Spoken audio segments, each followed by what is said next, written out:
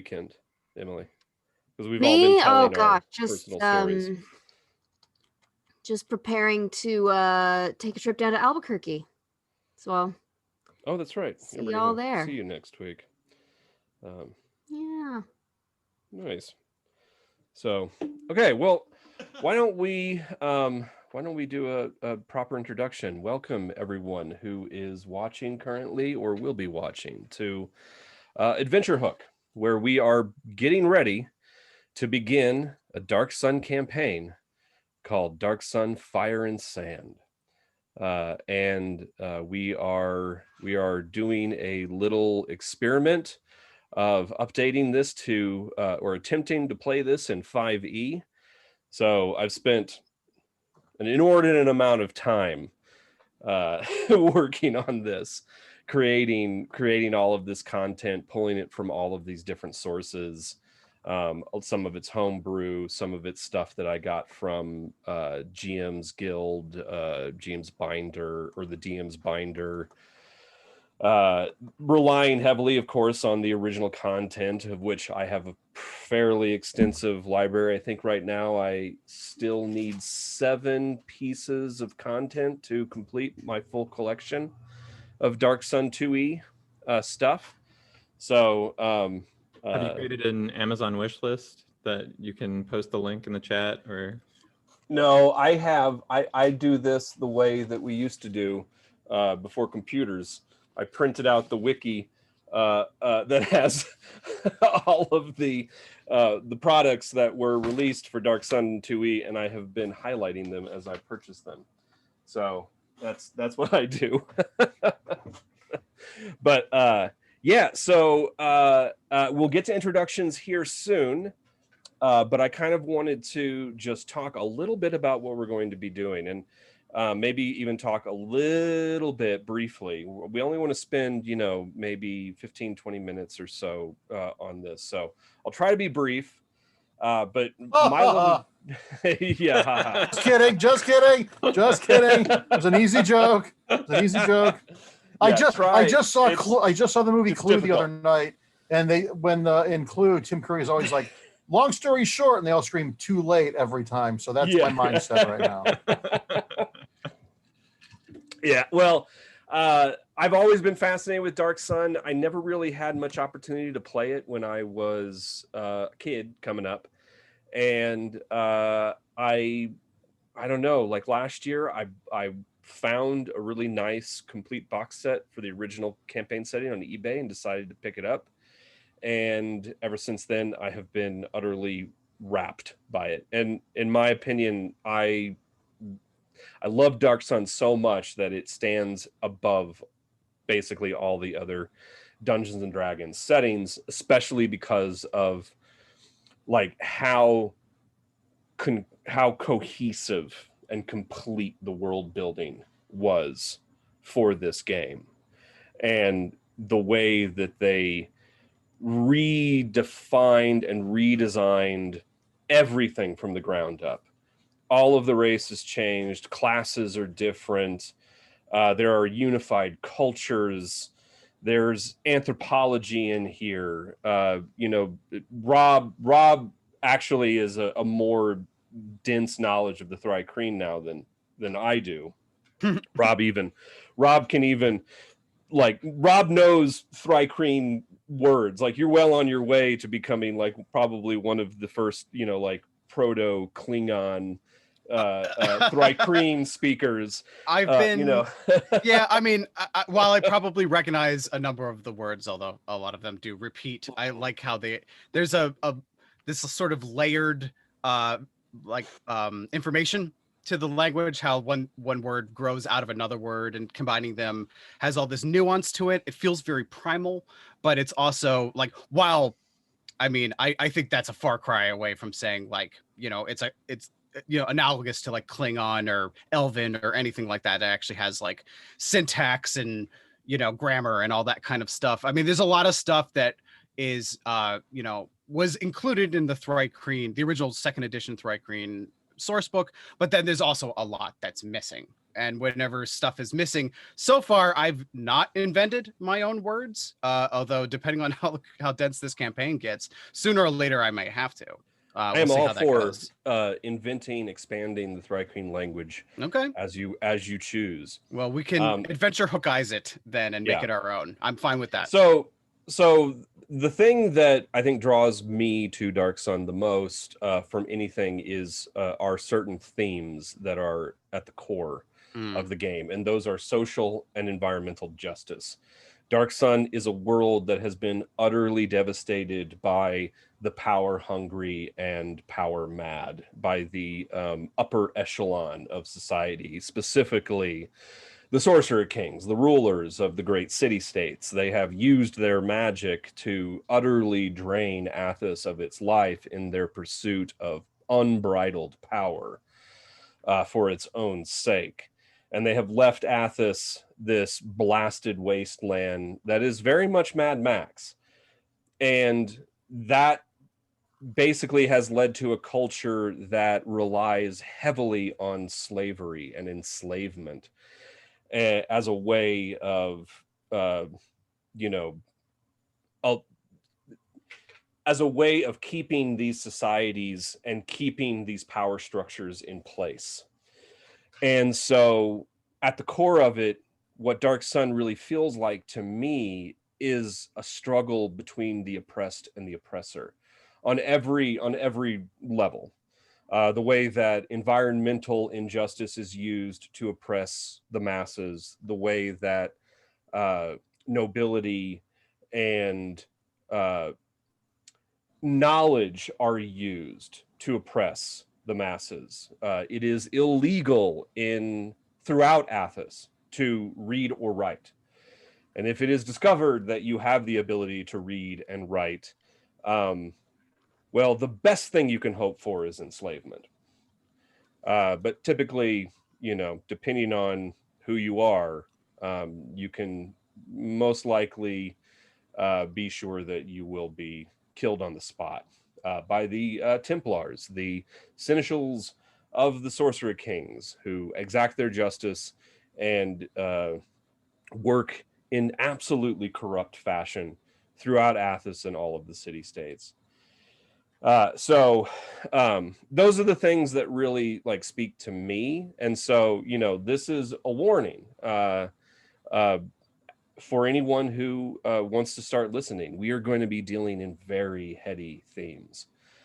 There are some things that, I've already spoke about online on Twitter, the idea that we are taking those themes and really leaning into them sort of in the spirit of 5e and what Wizards of the Coast has been doing now, especially in the Forgotten Realms, the way that they have started to redefine some of the quote unquote monster races or the evil races like drow and orcs. The idea that you can't class them all together because orcs exist on a spectrum, drow exist on a spectrum, everyone exists on a spectrum, and there is no such thing as the truly evil or the truly good. And it's one of the things probably why we will never see a true update to 5e for Dark Sun, because the themes are so overwhelmingly dark that it's really a campaign setting that is for mature audiences from the ground up. And that doesn't make for, a lot of sales. Let's be honest. When it comes to, 5e Dungeons and Dragons, which the rightly so, Dungeons and Dragons 5e, they exist to basically please an entire spectrum of players, from children to adults, as it should be. It is a completely inclusive environment. So we are going to attempt to adhere to the spirit of inclusivity as we play, but also touch upon those very, very dark and heady themes. I don't know if I really need to go much further than that, unless any of you guys have any questions or stuff that you would like to address before we get started, before I start to do the introductions. No, I'm good. Okay. Okay, so why don't we round robin this thing? Why don't we start? I'm going to start from my Zoom vantage point in the upper left with Joseph Annabi. Why don't you introduce yourself? Okay. Am I going to be Joseph or am I going to be Joe? I think we've decided you're going to be Joseph since gonna be Mark Joseph. knows you as Joseph. Great. All right. Yeah. I'm Joseph Annabi. My day job currently is the ordering manager at Golden Apple Comics in Hollywood. And my moonlighting job is puppeteering for people that pay me money. And this is my first time playing Dark Sun, and I'm excited. Nice. Why don't we go right below you to Joe Millard. All right. Can you guys hear me just fine? Yeah. Yep. Okay. So my name is Joe Millard. I currently have several jobs. I work for Aaron as an assistant. I work as a comic artist of my own. And I also work at a comic shop in Albuquerque, New Mexico called Astro Zombies. Yeah, and I guess talk about my character a little bit, or are we waiting for that? Sorry. Well, no, we'll get to that. We'll get to that in a second. I'm sorry. Okay.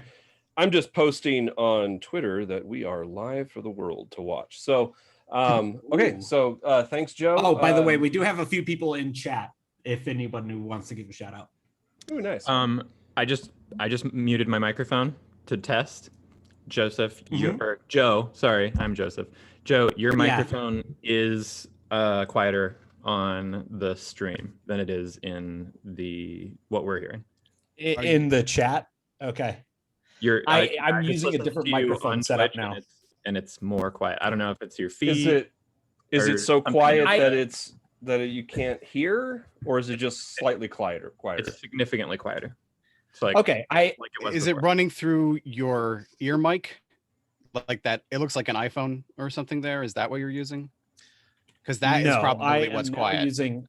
I'm now using a different setup. I'm gonna mute myself and see if I can bear with us. Let's just move on to the next person. Bear with us, peoples. This is our first stream, and we're still working bugs out. So, so let's move on to Mark. Hi, I'm Marc Andreyko. I'm a writer. I've written comic books, films, and television. You may or may not know me from my recent run on Supergirl. I did a run on Batgirl. I created Kate Spencer Manhunter. And I spearheaded the Eisner-winning anthology Love is Love that's raised over $500,000 for charity. Yes. Yeah, that was a great book. And I haven't played Dungeons and Dragons like this since most of the people playing were born. So yeah. We talked about this. Mark, you said you stopped playing 86. the year before I started playing. Yeah. 86. If it was 86, then that's 3 years before. I started playing in 1989 when the 2E edition first came out. So yeah, so this is gonna be interesting. It's gonna be fun. Mark, if you stop playing in that year, I feel like you have stopped aging, and I have accelerated in aging because we look like we could have graduated from school within 4 years. That sucks for me, but you look fantastic. It's all smoke and mirrors. I feel like death. So. It's all external beauty, but internal just rotten. I'm like Krang. Oh, you're just are you the suit or are you the Krang? Both. If we pan the camera down, do you have just like a little tummy boy? Yeah. Okay. I kind of want to see your tummy boy. No, you sorry. don't. Yeah, Emelie. No, you don't. No, you don't. Oh man. Okay, Emelie. Yeah. If everyone's done flirting, that is. Oh, it's only light flirting at best. I did ask Mark to see his tummy, so maybe not. Yeah, I mean, feel free to show us your tummy too, Emily. Tummy vision is fine for all.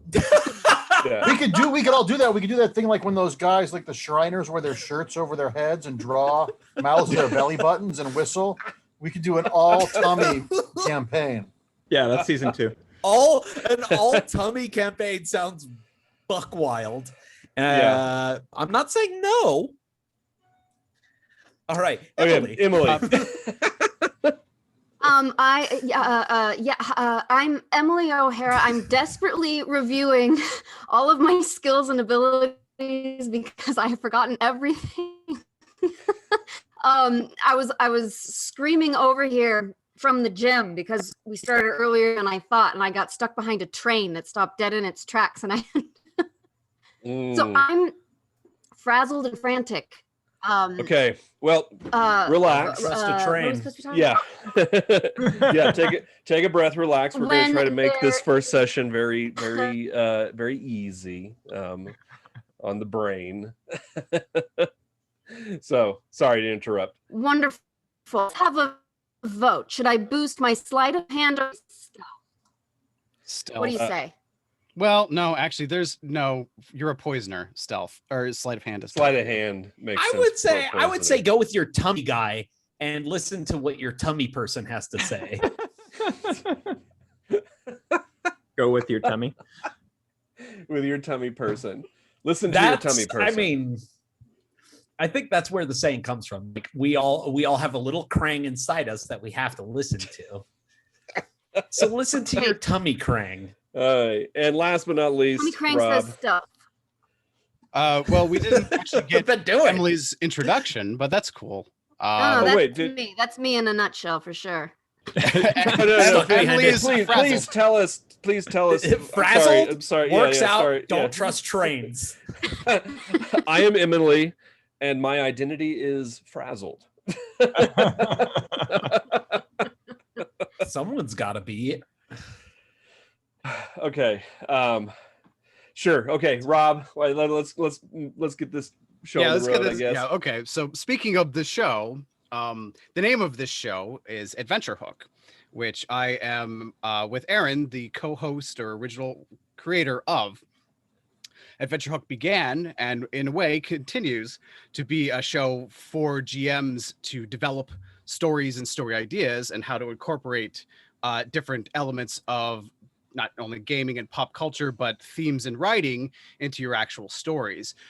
In the process of us creating that show, we had the privilege of meeting a number of other content creators in the podcasting gaming community.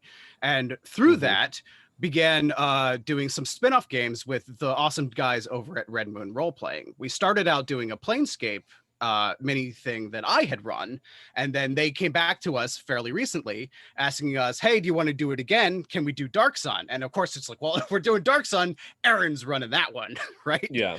So that kicked off the original where Emily and I were originally the players along with Matthias of Red Moon Role Playing, as well as Amadeo Tutoro, who sadly couldn't continue with us into this campaign. But so I guess my introduction is I am the co-host of or co-creator of Adventure Hook. Additionally, I'm sort of a ongoing comic professional, both from the distribution as well as sort of do some writing and drawing on the side, as well as doing some creation for RPG stuff, which I hope to unveil very soon. So I guess, oh, and right, Joe wants me to talk about this stuff too. So I am also occasionally a lecturer on the topic of magic. And so I guess I'm the actual wizard of the group. The card game or the practice? No, the practice. We have a real wizard. Yeah. We have a He's wizard. the Alan Mark. Moore of our group. I don't like drawing that comparison, but I won't deny it. No.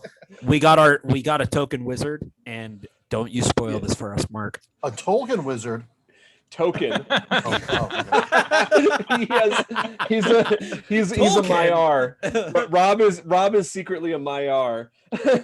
Yeah, he's just He's only. just a sweet little angel. Well, he does have that long angelic hair, so it's true. Although I did pull it back today to have Yeah. be able to put my earphones in, since I'm recording on my end and I don't want to pick you guys up on my mic. Yeah. So So okay, so yeah, Why and would just you?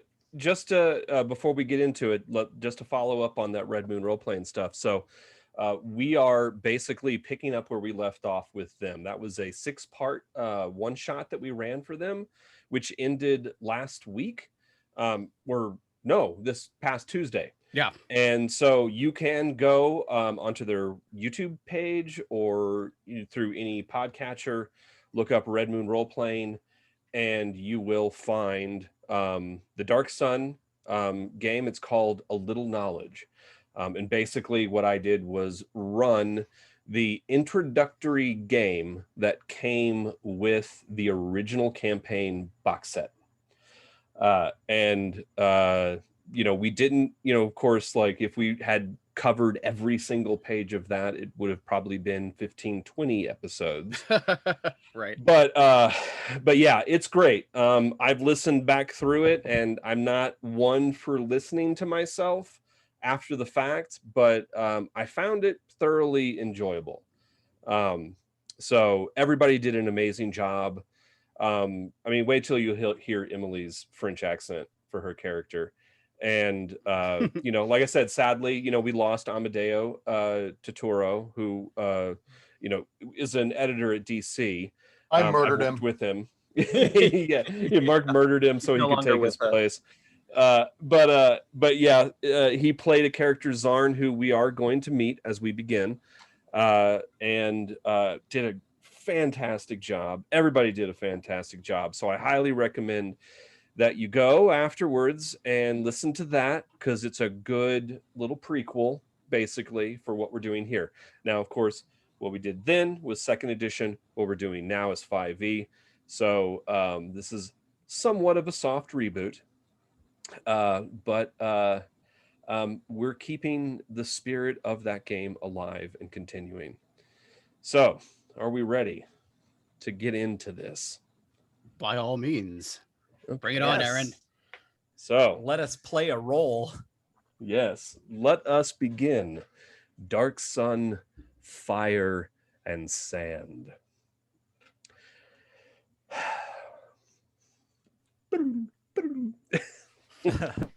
Okay. Some say the Dark Sun is a crucible, and Athos is its anvil. It burns away the blood and sweat of those who tread beneath, and smites their seared remnants upon the tablelands, quenching their burned bodies in scorching silt. What remains is the Athasian, a fierce seneschal of indefatigable will and indomitable tenacity. It is good that Athos is utterly separate from the rest of the multiverse. For if a hapless, measly fighter of Faerun were to cross paths with the unbridled fury of a maddened mole in full reckless thews somewhere in the dim back streets of Waterdeep, well, woe be unto them and their soon-to-be broken body. Power, oppression, enslavement. Gnash your teeth, clench your fist, dash your bones upon the bulwarks of the Sorcerer King's ziggurats. To fight is to be Athasian. To seek something better and to pull your oppressor down and trample them into the sand and stone is the eternal struggle. Someday, Kalek, Hamanu, Abalak Ray, and all the rest, if fate allows, will be nothing more than bleached bones in the desert, their blood painting the land in a darker shade of death, till one day the green returns. This is the hope, the only hope. All else is fire and sand. Now let us meet our Athasians.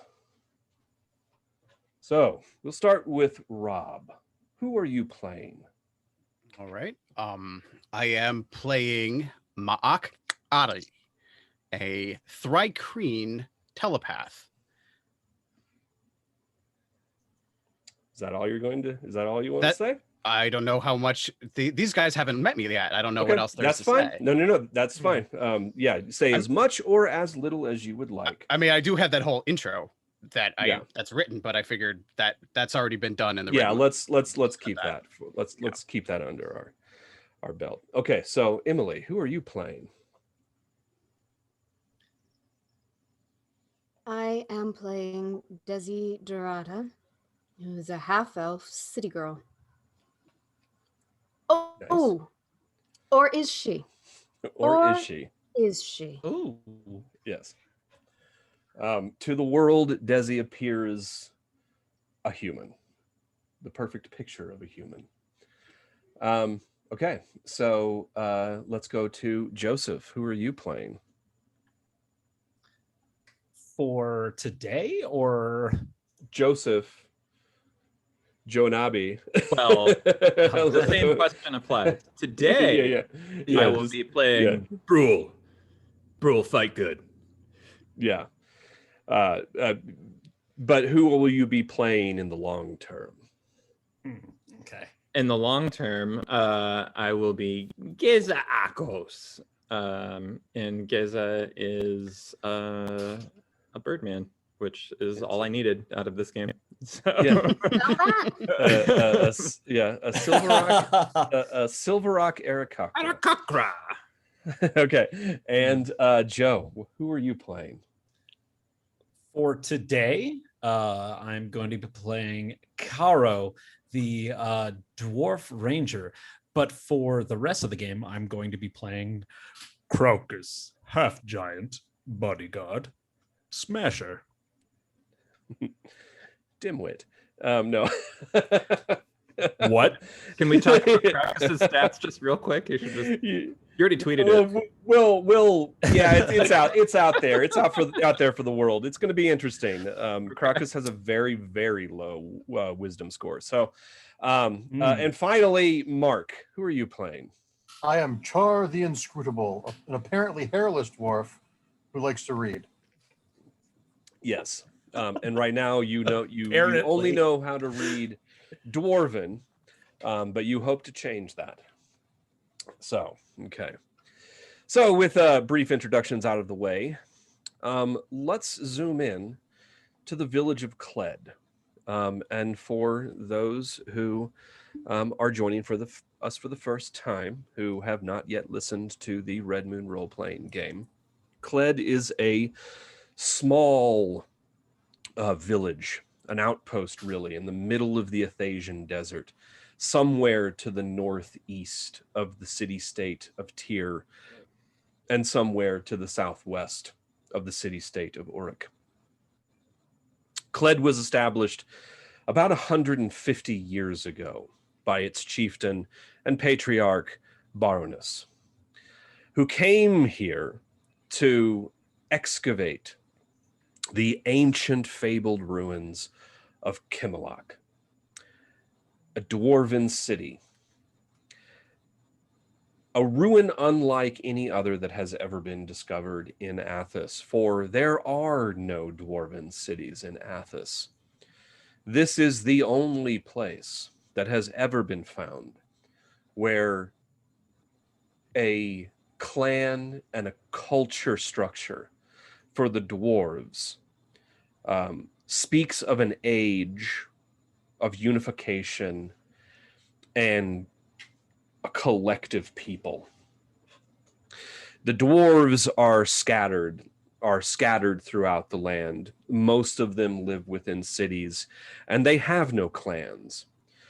There is no unifying culture outside of what the dwarves carry with them through the deserts with them.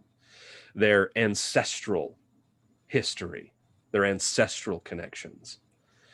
But this is one place that Baroness feels, if they can excavate it thoroughly, discover the history of their people, they can begin to rebuild that culture that has been lost for so many centuries.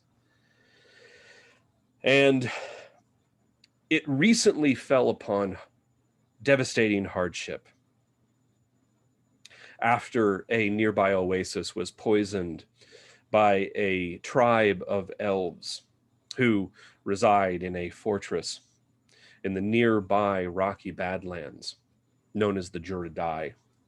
They had decided they would punish the people of Cled for giving aid and water to the Uruk army as they were passing through, even though the people of Cled had absolutely no ability to stop them from taking what they wanted.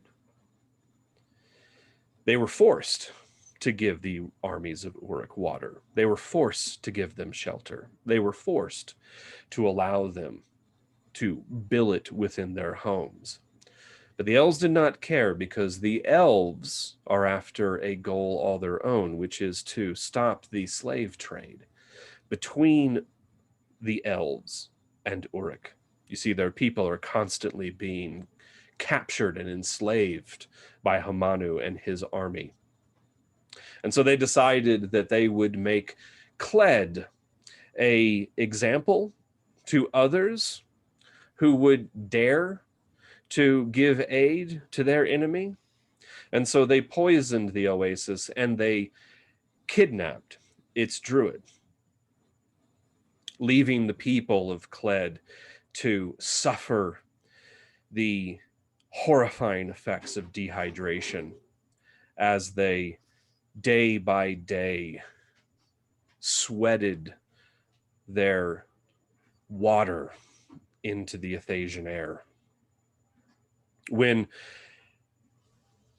Ma'ak and Desi and the others, Boast and Zarn, came upon the village of Cled, they discovered a destitute and desperate people on the verge of succumbing to dehydration.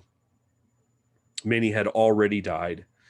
And so they took up the mantle of hero and they made their way to the fortress, infiltrated it, and freed the druid. Now, we find ourselves as Desi and Ma'ak and Zarn are about to leave the village on their path towards the city-state of Tyr, where they hope that they can find safety within the throng and a place where water is relatively plentiful. So,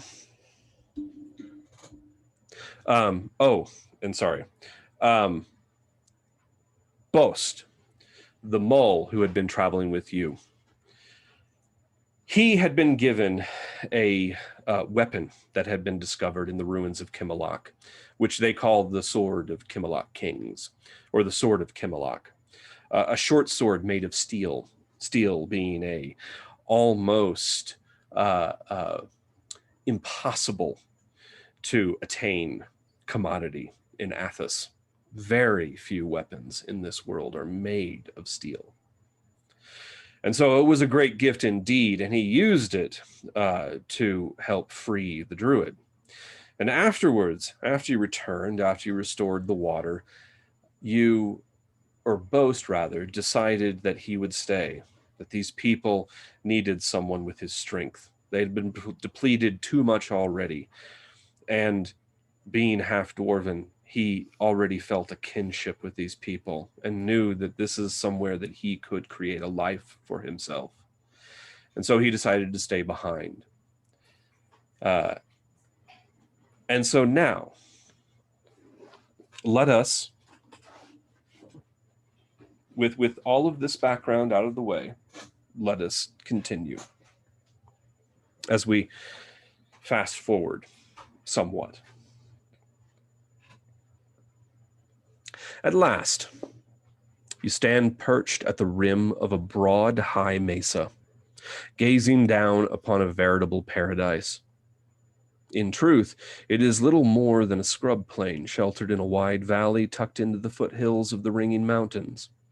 A circle of hard scrabble farms wrestle whatever life they can out of the barren soil, But after so many days of hardship and wandering through the burning Athasian wastes, the valley that surrounds the city-state of Tyr, with its gleaming golden tower and rainbow ziggurat, is perhaps the most beautiful sight you have ever seen. Your sojourn through the brink of oblivion is nearly over. But before we pass through the great Agafari gates of Tyr and take our first sup of its sweet waters, let us first go back and learn how it is that we came to this desperate point. Ma'ak, Desi, and Zarn, you took the trail that leads southwest from Kled, the same path you took when you infiltrated the fortress of the Juradai. It's a dangerous route, but it's the most direct way to the city-state of Tyr, shaving days off the journey, days that you wouldn't have to fight for your next drink of water. You also hoped to confirm that no large force of the treacherous elves were attempting revenge for the humiliation you inflicted upon them. It had been over a week since you tricked your way into their compound and freed the druid they had kidnapped from the oasis north of Kled. You brought salvation to the thirsty village, and even though all rejoiced at the restoration of the poisoned oasis, there was a lingering dread that Tugadai, chieftain of the elven tribe, would seek retribution. But none had yet come, and this concerned Baroness, patriarch and founder of Kled. He worried that the elves were biding their time, waiting for the dwarves to become overly comfortable in their sense of security. As such, Baroness dispatched 2 dwarven warriors from the village to accompany you through the threatened region of the Rocky Badlands. They were brothers, Brule and Caro. They would journey with you until you were safely out of the Juradai territory, and then report back anything you might have discovered. But plans in Athos are like the shifting sands, easily scattered to the winds. So, basically, at this time, Desi and Ma'ak and Zarn, who is here in spirit as an NPC, you have been making your way up the switchback trail that leads out of the small, dusty village of Kled, which is sheltered inside a shallow basin surrounded by high outcroppings of rock on the northern rim of a steep mesa that leads up into the Rocky Badlands that head into the territory of the Juradai. This is the same trail you took when you first left Kled on your mission to infiltrate the fortress. And you have just reached the rim of the mesa. You can look back down the steep, winding switchback, and you can see the little village below. Small, but still discernible. Is there anything you'd like to say to each other? It is early morning. The temperature is a modest 90 degrees or so. You know that soon, in the next hour or two, it's surely to climb to at least 115, 120, could even be more. Though this past week, the weather itself has been fairly mild. The winds have been calm, but steady. And the temperatures themselves have been moderate, usually somewhere in the 120 degree range at the height of day, lasting for maybe an hour before it starts to cool back off. Are we still sleeping during the day and traveling at night? I mean, up until this point, you've been able to go back to a Diurnal. regular schedule. It is common within Athos, no matter where you are, that the middle of the day is a day of repose when work ceases, if you are not enslaved. and people retreat into their homes and their sheltered, shaded places to wait out the horrifying heat of the middle day. So for this, especially with the dwarves now, and the fact that, the dwarves, no. So it was decided that you would set off fresh and in the early morning, make your way as long as the weather persisted as it is now, meaning temperatures reaching no more than 120. When you travel at night, those would be the days when it rises above that you make that hard decision. Because like I said, traveling at night is treacherous. There are many predatory species that emerge and do their hunting in the evenings in the Athasian desert. So it is typically safer to travel during the day, as long as the heat does not get too much. So you stand upon the precipice, looking back down towards the village of Cled, knowing that you have roughly 100-mile journey ahead of you to Tyr. You said goodbye to Boast the day before.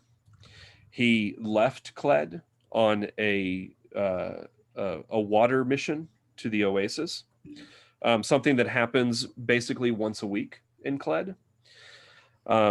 So you made your goodbyes then, and the brothers, Caro and Brule, will be guiding you all the way through the area of rocky badlands that are controlled or scouted, at least, by the Juradai, threatened by the Juradai.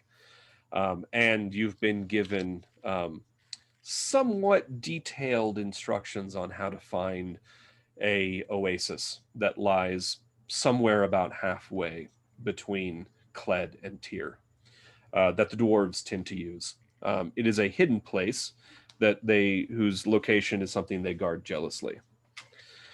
Zarn says, "Well, looks like we have a long journey ahead of us. Best get moving, I suppose." About 3 days. Does everyone agree? Will take us about 3 days to reach the city? Well, brothers, Caro, you a ranger, have more knowledge of this path because you are often sent on caravan expeditions to Tyr.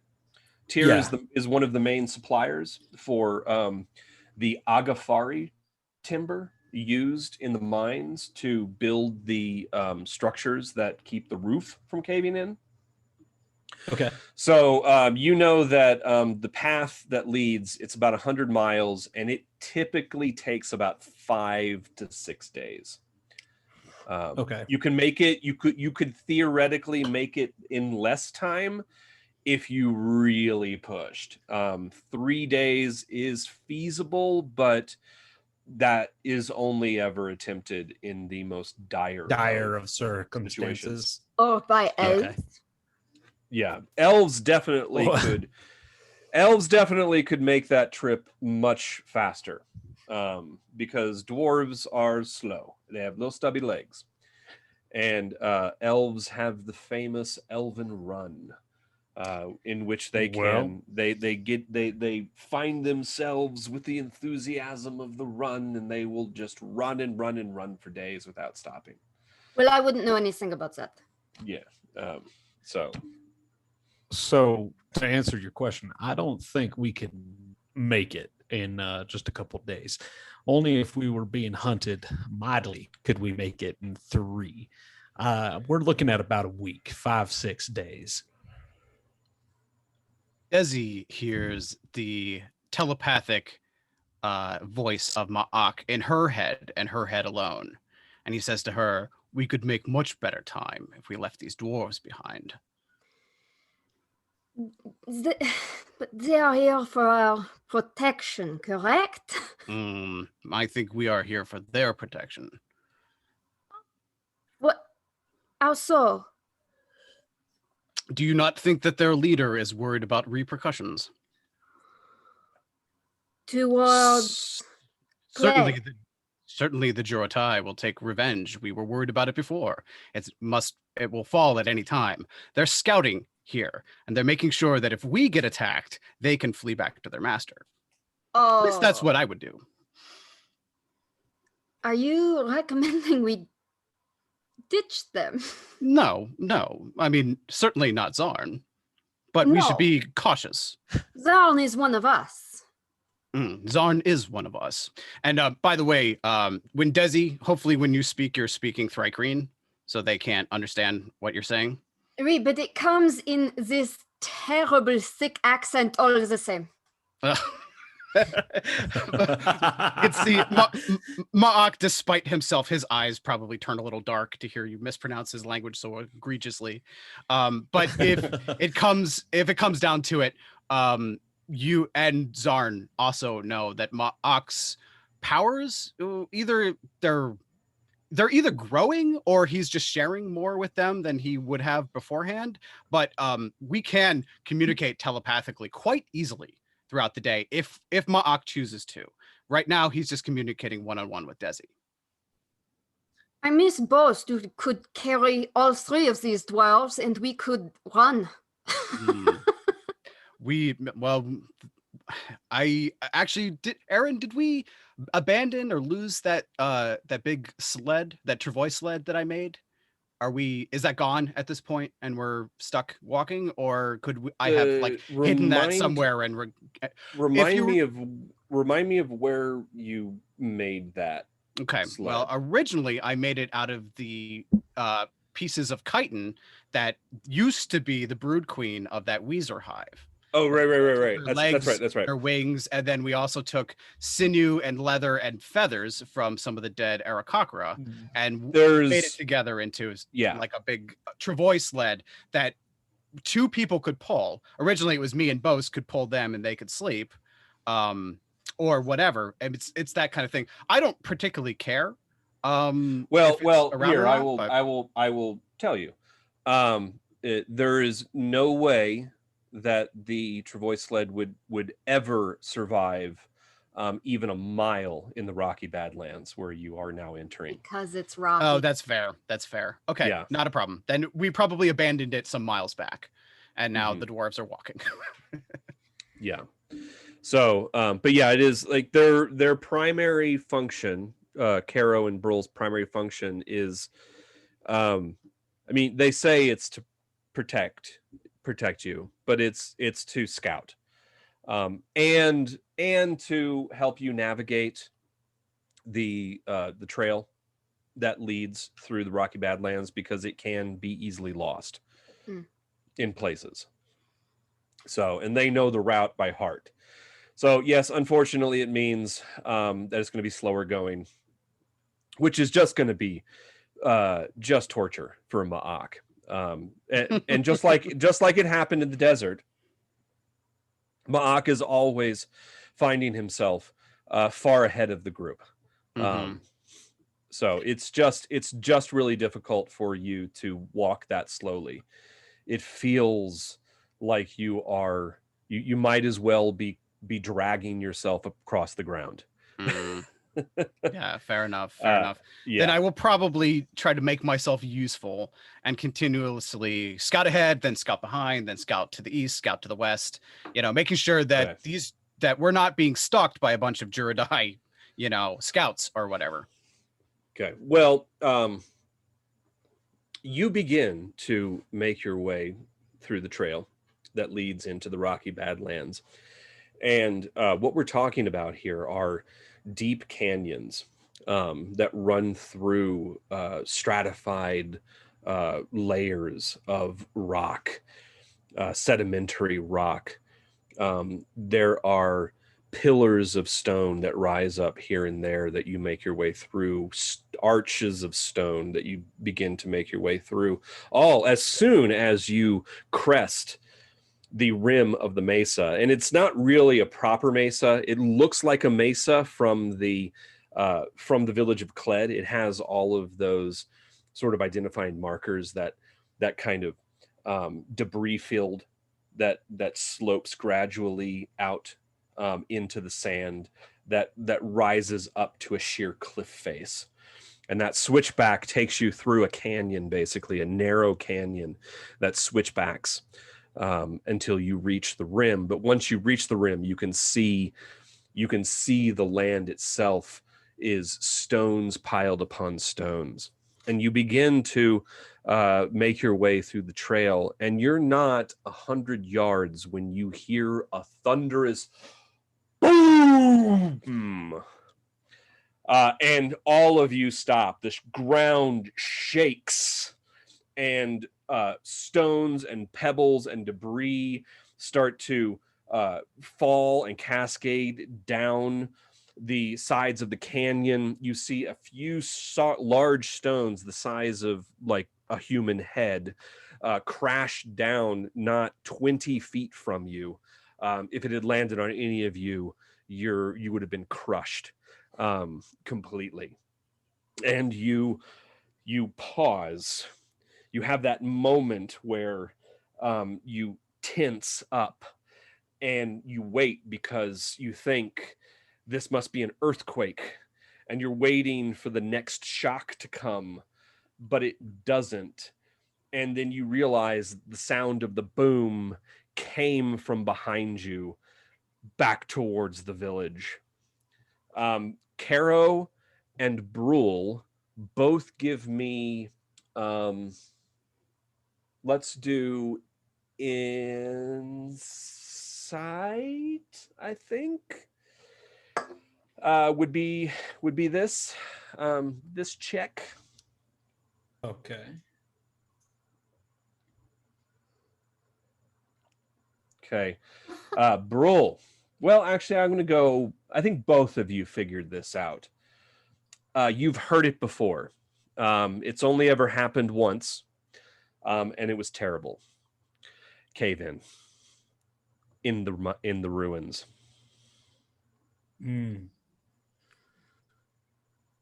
Should we go back? The two of you who have spent most of your life working in the ruins have friends in the ruins. One of your best friends, Cha'ar, is in the ruins today, and he's the village's exarch. Arrow, we have to go back. Char is in the mines. Everyone, this is another cave-in. It's time we go back. We're needed. I'm going to look at Ma'ak and say, go back. People are in need. There could be dead, trapped, injured. We're able-bodied. We all have to. We're going back one way or another, and it would be Well- kind if you came with us.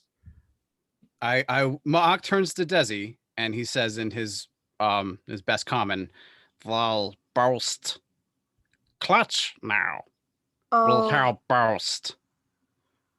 And I turn to Zarin to see if he agrees, or to see if they agree. Yeah, Zarn says, yes, whether I live in Kled or not, the dwarves are my people. We should help. If it is in fact a cave-in, we can at least scout and make sure. Perhaps it was just a trimmer.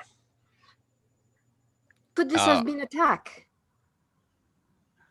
The mines. I don't know. Instability happens all on its own. Sure, if an attack happens, that could cause it, but they happen naturally as well. We have Let's to go run. back. I can run. Okay, everybody? Oh yes. So, so you all begin to run. Of course, Ma'ak is lightning, off he goes. And it's there's something. He's such an alien creature from the rest of you, being a mantis. What basically appears to you as a giant mantis. Off he goes, and when Thrycreen run across any space, their bodies elevate up, and their middle appendage, which are hands, often will go down and act as a second set of legs. And as they run, those legs just cartwheel and spin, just barely touching the ground, and propelling it across, almost as if it is floating across the ground. But it does. It suddenly they get another foot taller as they raise up, and off they go, creating this very aerodynamic form. But it's also, there's a certain amount of, levity in seeing that happen anytime it does. But the rest of you also take off. Desi, you're not far behind.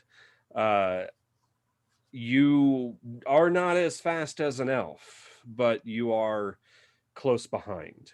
And you always, anytime you run, that first time in the desert when you ran all out, it wakened something inside you, and now there's a joy, this utter joy that overcomes you as the endorphins start to pump, and it takes hold, and then Caro and Brule, you go as fast as you can, but they're off, and by the time you catch up to them, they're already standing at the rim, looking down into the village of Cled, and you can all see now that there is chaos down in the village. You can see the little tiny dots, the little shapes of dwarves running to and fro, in and out of buildings, back and forth, and you can see then there is a plume of dust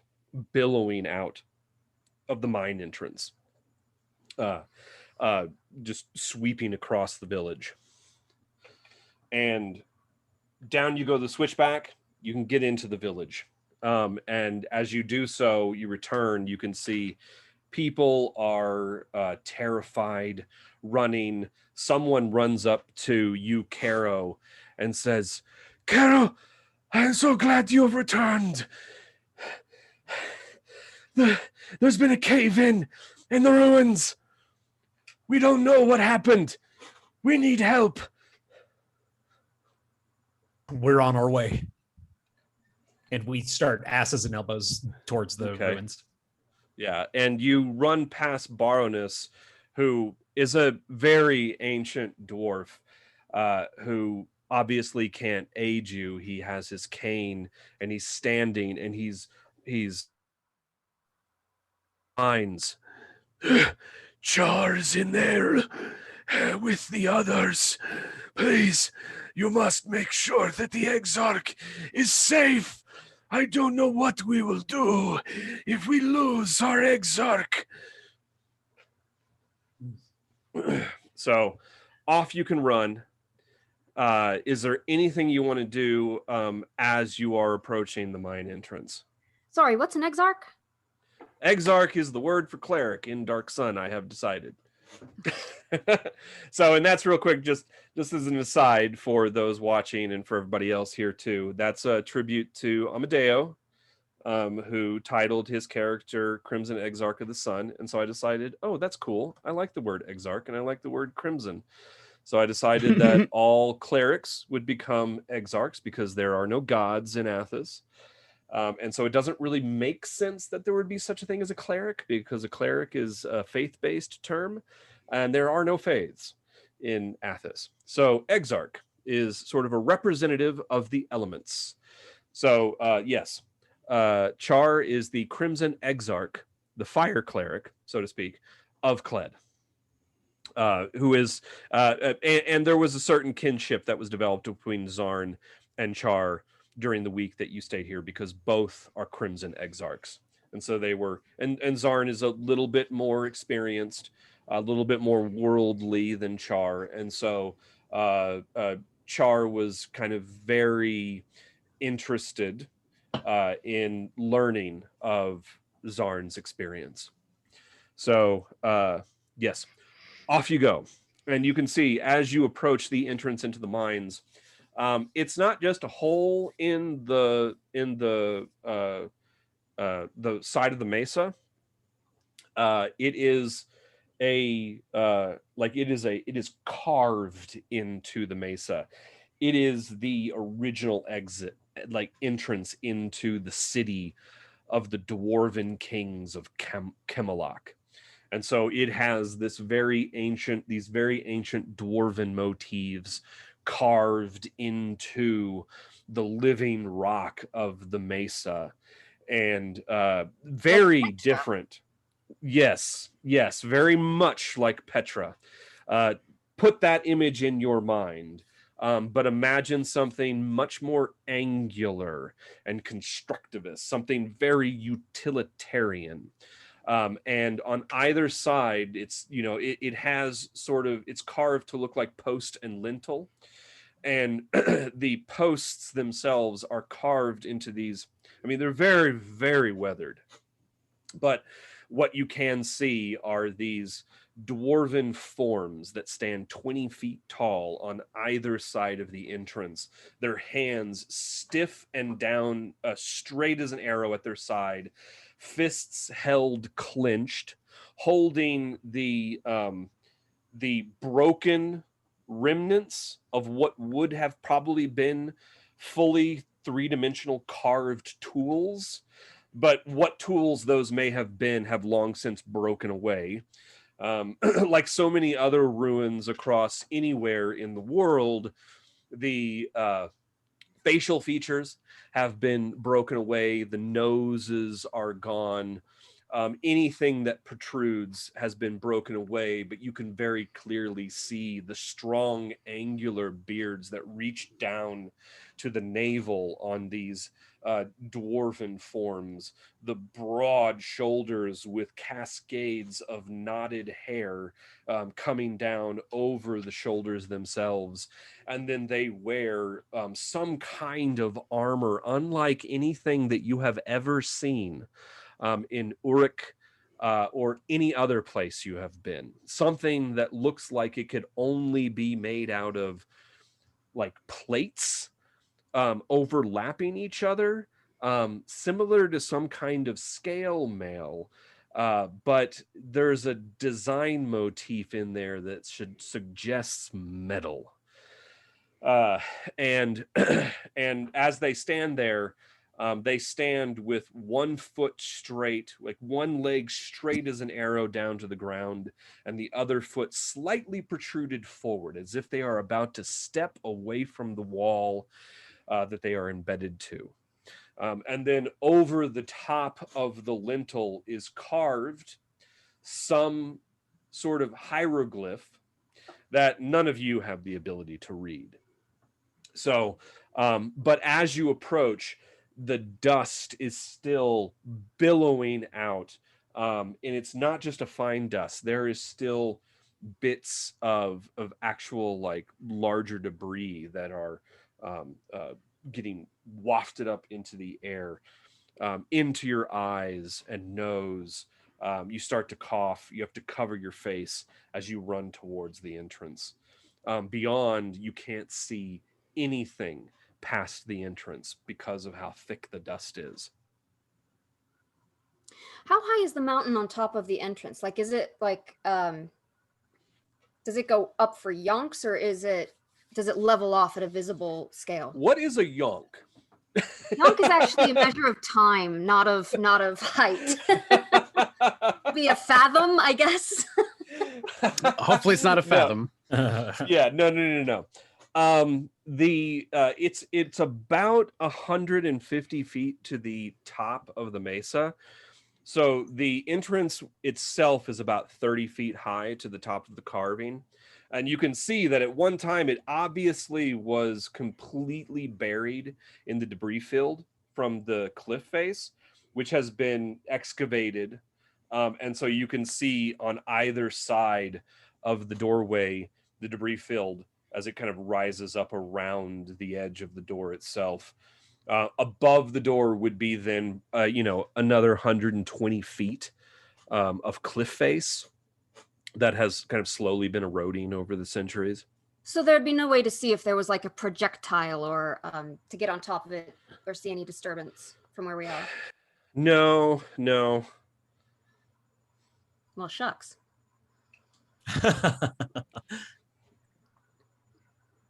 Are there like stones blocking the passage, or what do we see? No, right now it looks like, other than the dust billowing out, you don't see any debris around the entrance.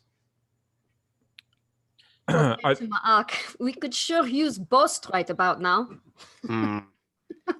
You see Ma'ak wiggle his antennae in a manner that you know means he agrees with you.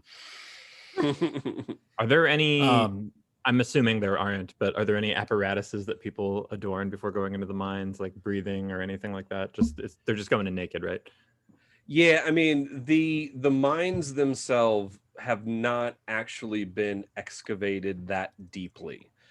You've over the 150 years, I mean, it took just the lore of this excavation, because you're both young. You're somewhere around, you're like your early 20s, about the same age as Char. And in those, it took 50 years just to find the entrance to the mines themselves. And then over the next 80 years or so, they managed to excavate probably a complex of about 10 chambers. They've never been able to find the throne room. They haven't gone that deep into the mountainside itself. They've never been able to open up into the city proper. What they have been excavating itself are what they believe are the palace grounds for the last 150 years. But like I said, they have yet to be able to discover the entrance into the actual throne room. But in that time, they have discovered some very important sections of the ruins. One of those sections was an armory, which is where they found the sword of Camelot, as they call it, which was given to Boast. It was the only surviving weapon in the armory, because the rest of them were regular iron weapons, which had rusted to nothing basically over the millennia. The sword of Camelot surviving because of its inherent magic. Another room that they were able to excavate was some kind of antechamber study. It's hard to tell exactly what these ruins were used for, but inside there, they discovered a reliquary, and in that reliquary was a book, the book of the Kings of Camelot. And that is a book that they have been working to translate now for quite a few years, which Char has been working on, because Char is one of the few individuals in the village who actually knows how to read Dwarven and write it. So he was sort of raised to become one of the translators of the book. But at this point, they have pretty much all but translated everything that is possible, because much of the book is written in a language that no one recognizes. So yeah. So that's basically where it is. So Caro and Brule, where the current excavation is happening. And it is a room that is colloquially referred to as the antechamber. And it is believed that it's a grand hall that is very long and seems to be largely ceremonial in function. No one's ever been able to posit real clearly what the room what its utilitarian function could possibly have been, other than perhaps some kind of grand entrance, some grand hall that leads to something else of greater grandeur. And so it has been speculated that perhaps the antechamber may lead to the throne room. But you know, that's that, like I said, it's still under excavation. And they're digging out like silt and stuff, just like unburying it. The ceilings, so the roofs, the ceilings of these chambers have collapsed over time. And so what would have been probably 30-foot ceilings have collapsed and become 60-foot ceilings. And so it's a very slow process because it requires agafari timbers, the only wood known in Athos that can support the weight of that kind of stone. And so it is extremely slow going. You make your way 5 feet, a whole new section of bracing has to be constructed. And agafari timber is massive. The timbers that you use are at least 1 foot to 1.5 foot in diameter, and they can be up to 100 feet long. And they have to be imported from Tyr or Uruk. And it is a long and difficult process to do that. So that's one of the reasons why the excavation goes so slowly. So Brule runs forward and yells, "Come!" He looks back over his shoulder and yells, "Come!" That's it. Okay. Has The rest of you go. Has The dust is still coming out. It's not nearly as thick as when you first started running down from the mesa top, and it is starting to filter down. The plumes aren't coming so much. And as you were making your way through the village, you could hear several more thunderous booms come from inside the mines, suggesting that there were subsequent further cave-ins after the initial. I would like to hide behind Ma'ak as we proceed forward, or whoever's biggest. I'm assuming it's Ma'ak. But I also want to scan the ground as we're walking, maybe feeling with my feet if there are any scarabs or living beetles available that I can pick up. Give me a investigation check. Yeah. Investigation, okay. 8. No, you can't see 8 here plus at the entrance. Yeah, here at the entrance you can't see any critters skittering around. Okay. Oh, and sorry, I totally got off the subject when I was answering your question, Joseph. There is some gear. You do put there is when you first enter into the mines, there is a big crate filled with helmets that are basically shells from like different creatures, different Athasian creatures that you wear in your head to protect from falling stones. Okay, so adjustment. Brule says, "Come," while putting on a helmet and throwing helmets to everyone else. Yeah. So in that, basically, that will what that will do is that'll protect you from any kind of critical damage from any falling stones. So yeah.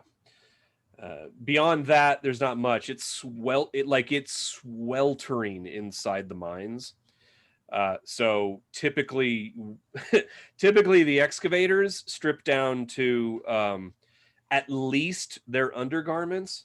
Oftentimes they will go completely nude into the tunnels because of the oppressive heat, wearing nothing more than the helmets they have on their heads. So brace yourselves. All right. Well, I think Ma'ak will forego a helmet. I can't imagine one would fit him anyway.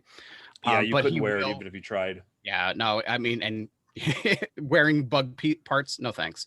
But he will make sure that one is very securely fastened to Desi's head before she goes in there, and he will basically stay right at her side, and make sure that nothing befalls her.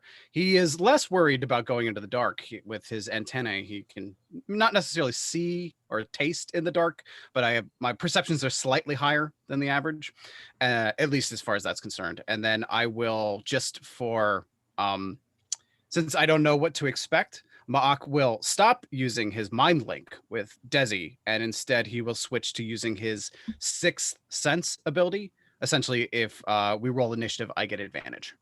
So, okay. So, so you do that, and into the mines you go. It is really difficult to see because of the dust that is still hanging in the air. It's getting into your eyes. You're breathing it in. It's causing you to cough. Wrapping a piece of cloth around your mouth helps. Like, for instance, Desi, the scarf that you wear, the shroud you wear on your head, you can pull that up around your mouth, which is something you often do when, on a windy day and it picks up the sand. So in you go. Ma'ak, you kind of cover your armpits a little bit. sure, I'll dust off the cloth and leather harness that wraps between my four primary arms. Make sure that no dust will get into my breathing holes. Yeah, but everybody's going to have disadvantage on perception as you move through this cloud of dust. And it's not far as you enter into the mines. This entranceway leads through what is termed the Grand Hall. And the Grand Hall is a very large, very wide entrance hall that is about 100 feet long, leading straight as an arrow back into the hillside, with these very very massive angular pillars carved right out of the living stone, again in a fashion that none of you are familiar with, a design motif that just doesn't exist in Athos anymore. It is incredibly angular, lots of acute and obtuse angles, lots of geometry. Would you call it happening. cyclopean? It is very cyclopean, yes, or cyclopean, however you choose. But yes, it is definitely cyclopean. Yeah, I've only ever read it. Yeah, it is very cyclopean. As you walk in here, the ceiling here is about 50 feet high, and is vaulted. It is carved in a vault where the ceiling still remains.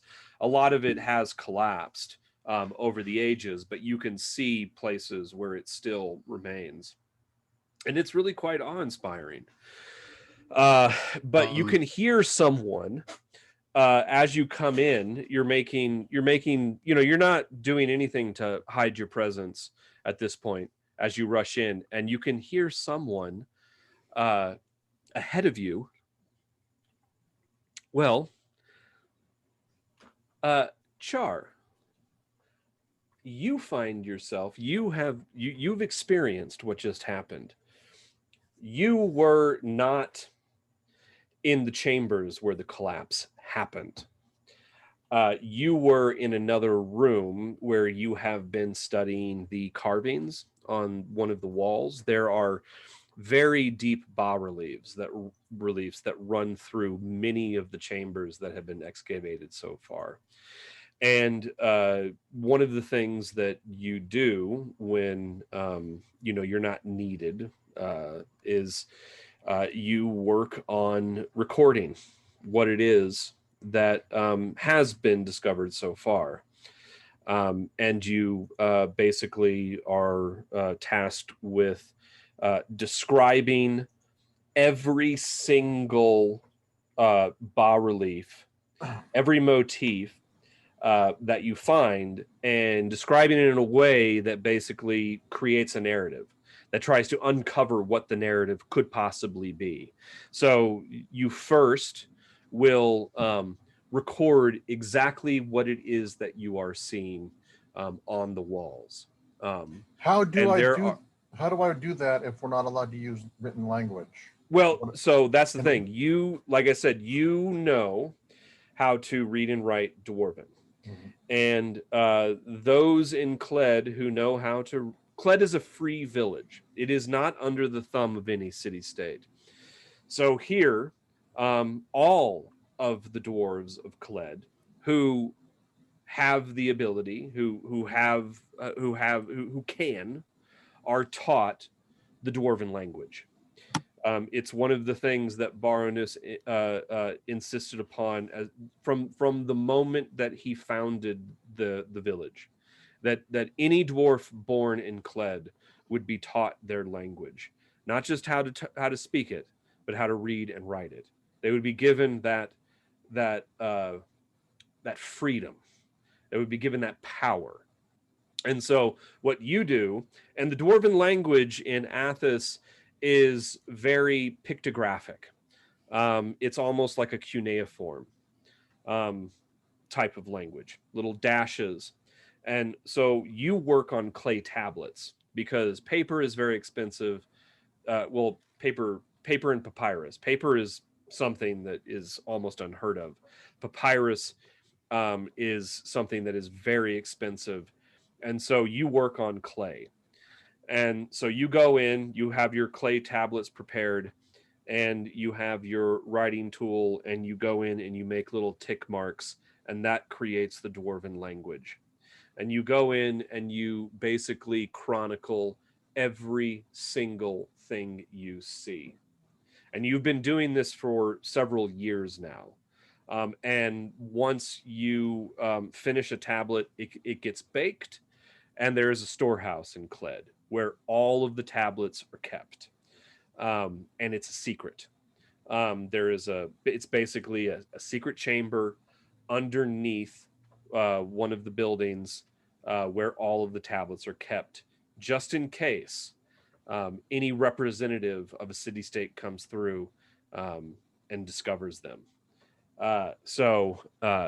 This has been incredibly important work. But yes, moments ago, as you were in one of the chambers doing your diligent work, you heard a massive boom come from the one of the halls that leads to the antechamber.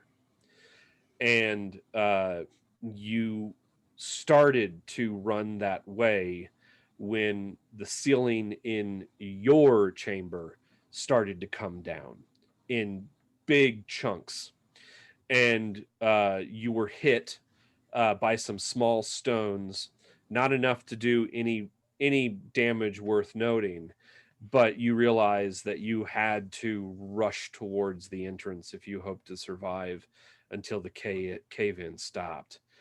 And as you do so, you're completely blinded. You are making your way by memory and working your way, feeling your way along the walls. You've become completely blinded by the dust that has completely enveloped all of the chambers inside the mines. And you are coughing and hacking, and you hear a group of individuals ahead of you. At this point, you can just see light where it's streaming in through the dust towards the entrance in the grand hall. But you can hear them ahead of you. Char, are you okay? So can I use any of my fire abilities to like light up a hand so they can see me through the dust? There's like a flare. Yes, you could. Yeah, you certainly could attempt that. What do you want to use? I don't know. And I will help you. Let me load up your character so I can help out here. So you've got right now, one thing, you have absorb elements, which is something you probably would have used right off the bat.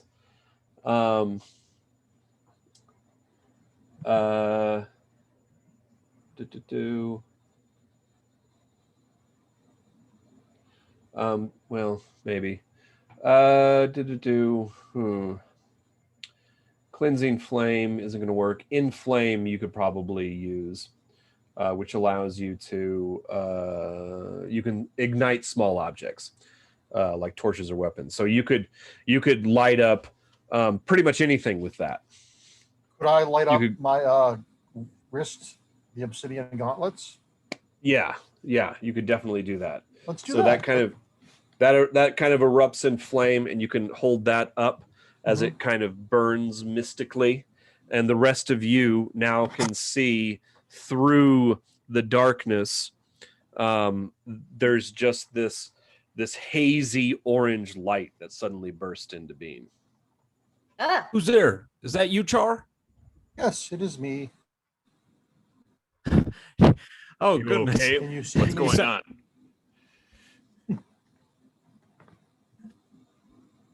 I mean, you You sound to tell be in me, I'm good stuck spirits. in this dust. Well, I'm used to it. I live in an earthquake zone. It's good to hear you joking. We were worried. Perhaps we should investigate the source. Can we get out of here so we can breathe again? Let's see if we can make our way over to you. And so I guess we tried making our way towards the light. Yeah, Brule and you I. can make your way over there, and you can find him. He's completely caked in dust at this point, as are pretty much the rest of you. But he's really caked in dust. And you can see like areas around where like debris that like kind of hit and scraped his flesh. You can see blood, from lacerations on his exposed flesh. Introduce us to your friend. This is Char. He's the exarch of our community. He's very important, obviously.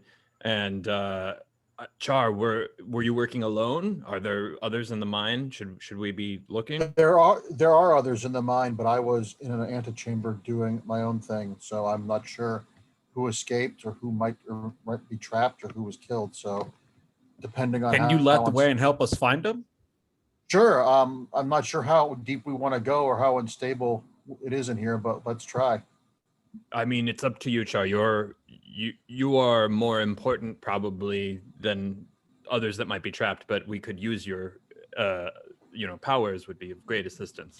Can I use the cleansing fire to burn the dust out of the air and like clean the air? Is that a possible thing?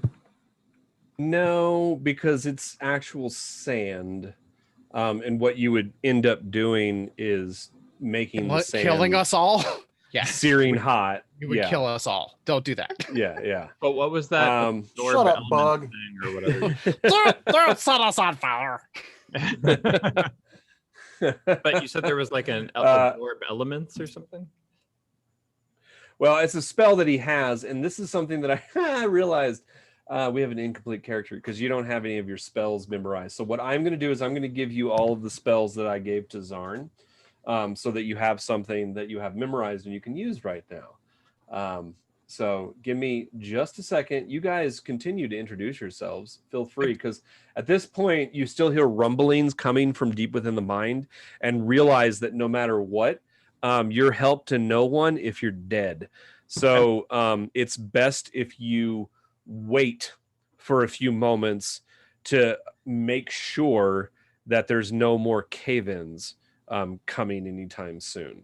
Am I correct in assuming that all exarchs are the same and that they have access to all of their spells at all time, and rather than memorizing single spells, they just have a certain number of slots? Yeah. Okay.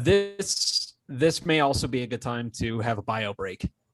Yeah, it would be a good time for a bio break. I'm just going to transfer these spells over real quick. All right. When we get back, then when we get back, we're going to have a brief pause as I quickly acquaint Mark with what he can Camelot. The dust is still filtering through the space, making it nearly impossible to see. You have met up, you have approached and reached Char. who is standing there with his bracer, his wrist razor, aflame, holding it up, so that it creates this this glow, which really helps but doesn't. It's like casting it's like shining a flashlight into a rainstorm. It shines off all of the droplets. It's shining off of the sand itself. So it's not pitch black now, but you can really only see about 10 feet around you. And it's been a few moments now. You can hear, it seems like everything's settled. There's no more of those deep booming cracks, those thunderous cracks that you were hearing to begin with, that preceded the cave-in, and the ones that came after, suggesting more cave-ins to come. Everything has gone deadly silent, except now you can just actually everybody give me perception checks, the whole group now. Are we still at disadvantage? And Disadvantage. This is a perception check for hearing, not sight, so no disadvantage. What is- Desi, My if you dice click is on broken. the dice in your skills chart, it'll add your bonus, FYI, because I noticed that was missing on your last one. Yeah. Go to your skills tab, and double click on the little 20-sider for What, my perception. perception? Oh, I see. Okay. Yeah. So Nailed it. Mark, if you go Nice. to your on your character sheet, if you go to the skills tab, Mhm. and No, I'm you there. look at the persuasion, did you just double click on the little 20-sider I'm just experimenting. on the persuasion or on the perception line. Yeah. So okay. Okie doke. So Caro, Brule, Yes. and Char, the three of you can just hear, which is interesting. The dwarves can hear almost imperceptibly the sounds of Can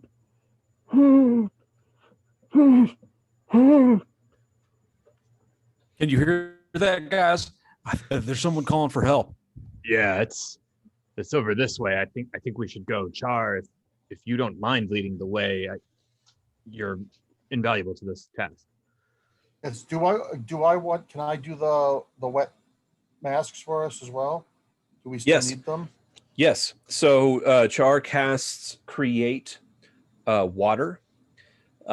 You're able to take one of the helmets, and you can create the basically you overflow it with your spell, because you can create 1.5 gallons of water with it.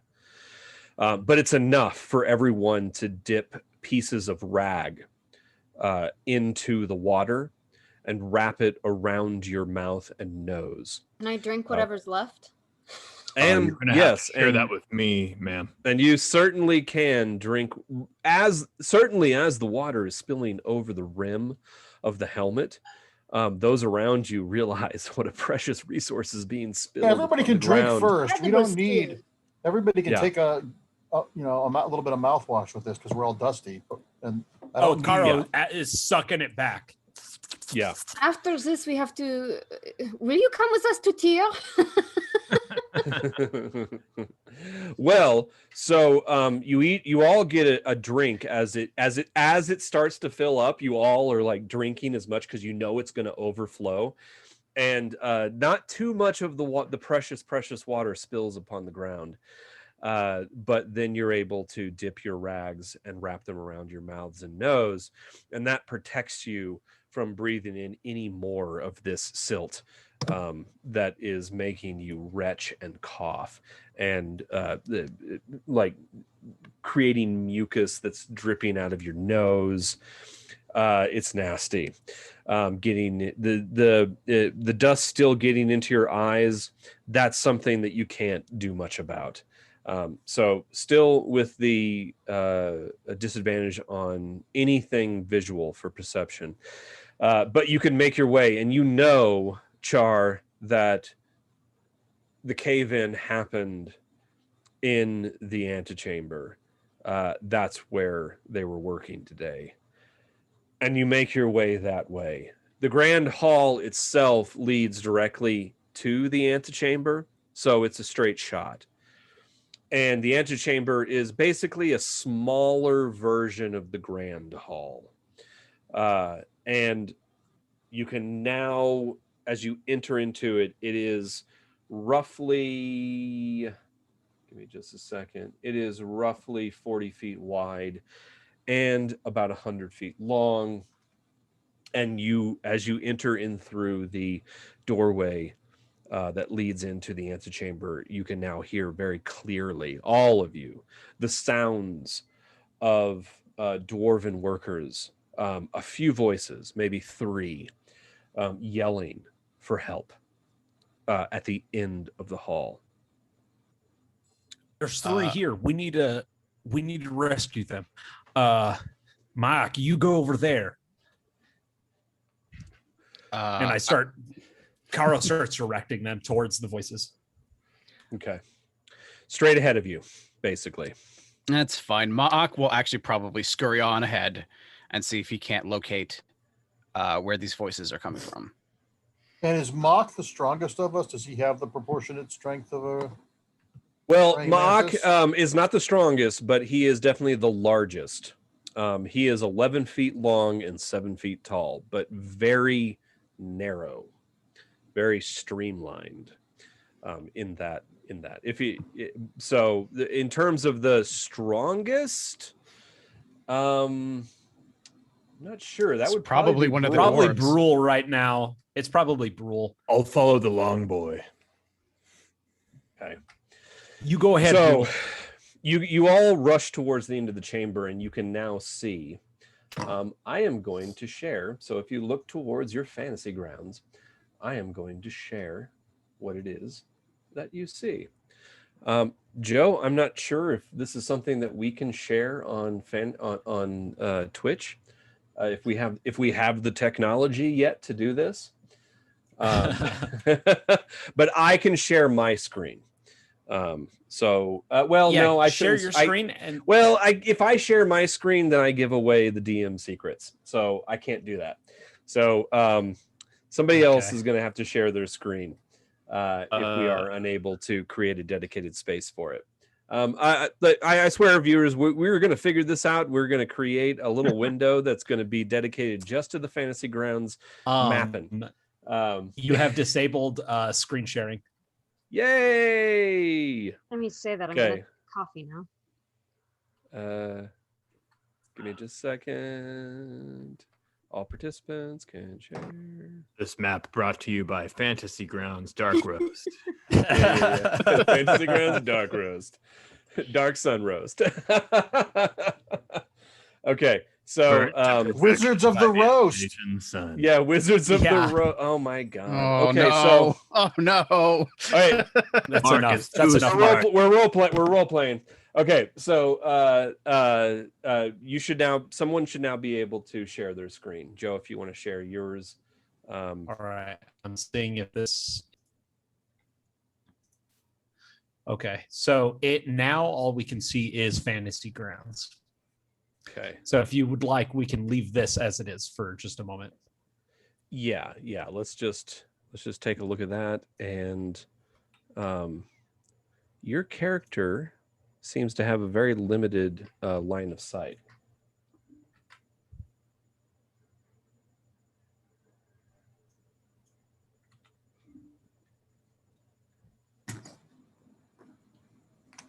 Here, you know what we'll do? Sorry, people. Just bear with us. Joe, why don't you go ahead and unshare? I'm going to share my screen. We're going to give the viewers a good glimpse of this space, and then we'll return to Theater of the Mind. Well, and actually, Okay. there's really no harm in the players or the viewers seeing the DMs behind the screen, just so long as we don't. You Yeah, know. that's true. But you will see it because I'm sharing on Zoom. So Oh, well, I guess that's fair. I was not looking Yeah, at your yeah. Zoom feed. I was looking at my character Yeah. sheet. So, Okay, so as you approach the end of the antechamber, you can now see that the wall that they had been excavating, and as you made your way through all of this, you could see the massive Agafari timbers that are holding up most of the ceiling, everywhere where it has collapsed.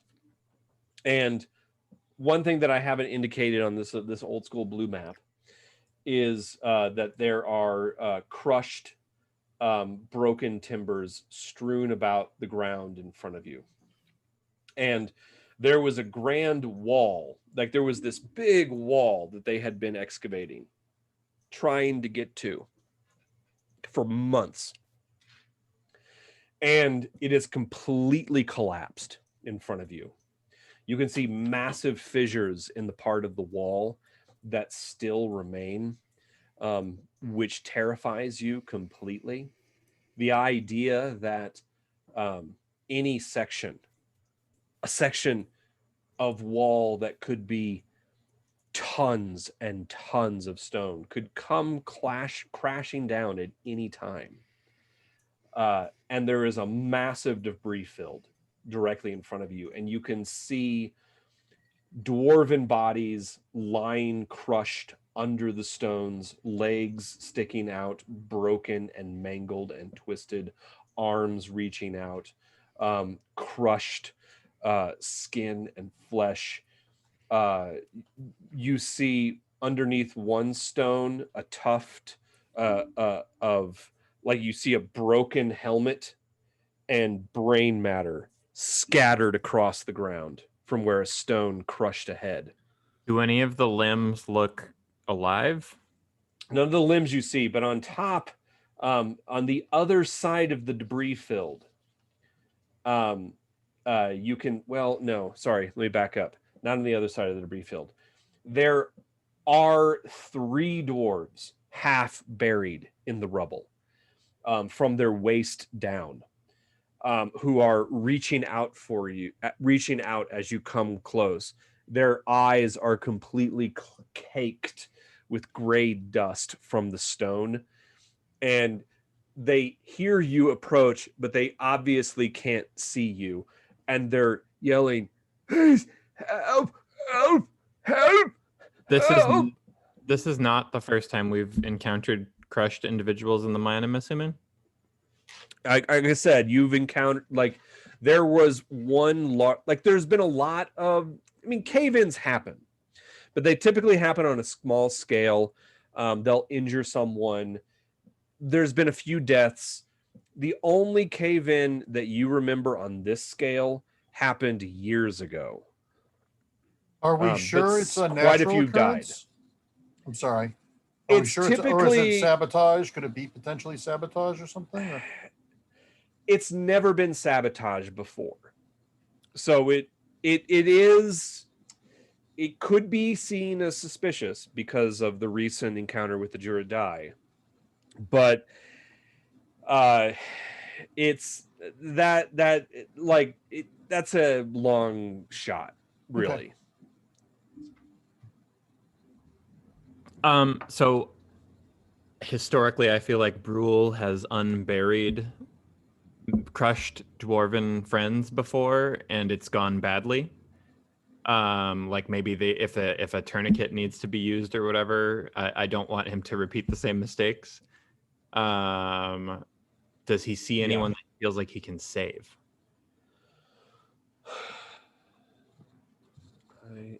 And short of that, if he sees anyone that's suffering that he knows he can't save, I would like to know that as well. Okay. Looks like 2 of the dwarves might be savable. And one is firmly unsavable? Yeah, and that's the one that really hurts. It's your friend Gary. Okay. She is Sorry. she is well, for Caro, she is a close friend. For Brule, she is More than a friend. She's the woman. The two of you have been courting each other for quite some time. Oh, Brewer. Caro, I'm so sorry. help them. I have. I will go to her. I have. I've got her. Help them. What were you going to say, Mark? I have some healing Can you help spells. her? I'd be willing to try and heal his girlfriend to see if that helps. You probably have to pull her from the rubble before you can assess what you can actually accomplish. Okay, Brule. Well, lift them rocks. Okay. Um, So Brule rushes forward to okay, wait. So say that again. What was Caro's instructions? well, I yelled out to Caro. so no, Help Carl. them. I've got her. Yeah, so I'm going to help tell everybody to help the dwarves that are pinned, and then I whispered to Char, See if you can help her. She's not gonna make it. Do it for Brule. and then I go to assist the other dwarves. Okay. Well, Ma'ak actually specifically does not move to help anyone. Instead, he begins to stand very still and concentrate. And Aaron, I actually already said I was using Sixth Sense. So I will now activate the advancement of that, which is one version of it is life detection. And so I should be able to sense the living, thinking creatures within 180 feet up to 90 degrees in front of me. 90-degree arc. So basically, I should be able to get this entire room and find out if there are any more living dwarves besides these 2 or 3 in front of us. Okay, and by living thinking, is there an intelligence range on that? Higher than 4. Higher than 4. I'm pretty sure that was there's another thing that required higher than 4. So I think 3 or higher is technically intelligent. You can have a language at 3. So okay. So no, those are the only 3 living presences that you detect. Okay, well then Ma'ak will sadly stop his concentration and begin to help digging out the closest one to him.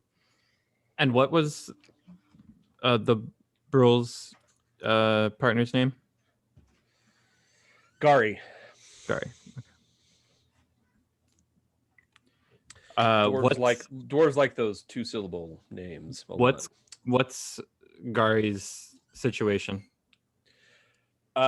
As you go and begin to pull, well, first of all, give me a strength check because the stones are heavy.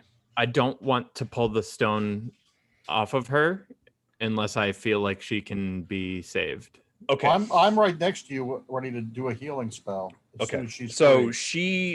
First of all, as you approach her, you can see that the left side of her face has been crushed. Her whole ocular cavity, her cheekbone, her nose, her jaw is dislocated. Her eye is hanging from its socket. And she has a massive gash on her forehead where you can see exposed brain matter.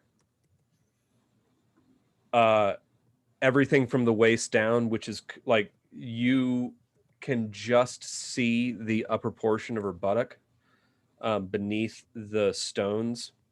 It's absolutely crushed and pulverized. And you assume that probably everything beneath the stone is likewise utterly pulverized by the massive amount of stone that has collapsed upon her. But she is still alive. She is still alive. She is, as you approach, she is weakly reaching up, calling for help. Please. Is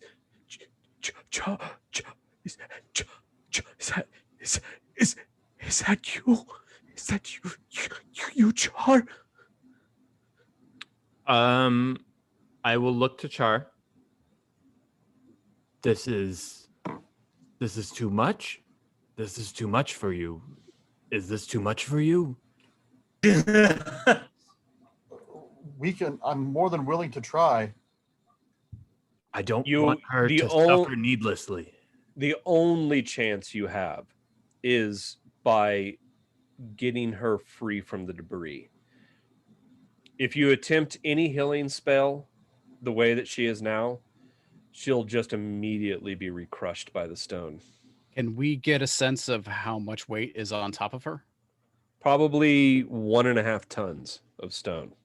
And will there be enough time when the stone is lifted off of her for me to use the spell before she bleeds out or dies? Depends on you can't see her stomach. So and it depends on whether or not her stomach has been ruptured. Do we want to put her out of her misery, or do we want to try to save her? I will come in and say, please stop, let her go, let her go, let her go. Please stop, please stop. Char, I don't think we can. I don't think we can. This whole mountain is on top of her. She needs to stop suffering, I think, is the best. I'm the strongest one here, and I don't think I can lift a mountain. All right, well, which one of us wants to be the one? I've got her. Go. Are you sure? That's your soulmate. And that's why it must be me. I'm willing to do it if Carl it's too comes hard up. for you. Carl comes up to Char and pulls him aside. Ma'ak was preparing his Githka, but will essentially shrug and not let you do it. Okay. The other two dwarves. Okay, so we're gonna return to Gari. The other two dwarves are Havinar and Malek, and the two of them, Malek seems the least injured. He is pinned from the knees down.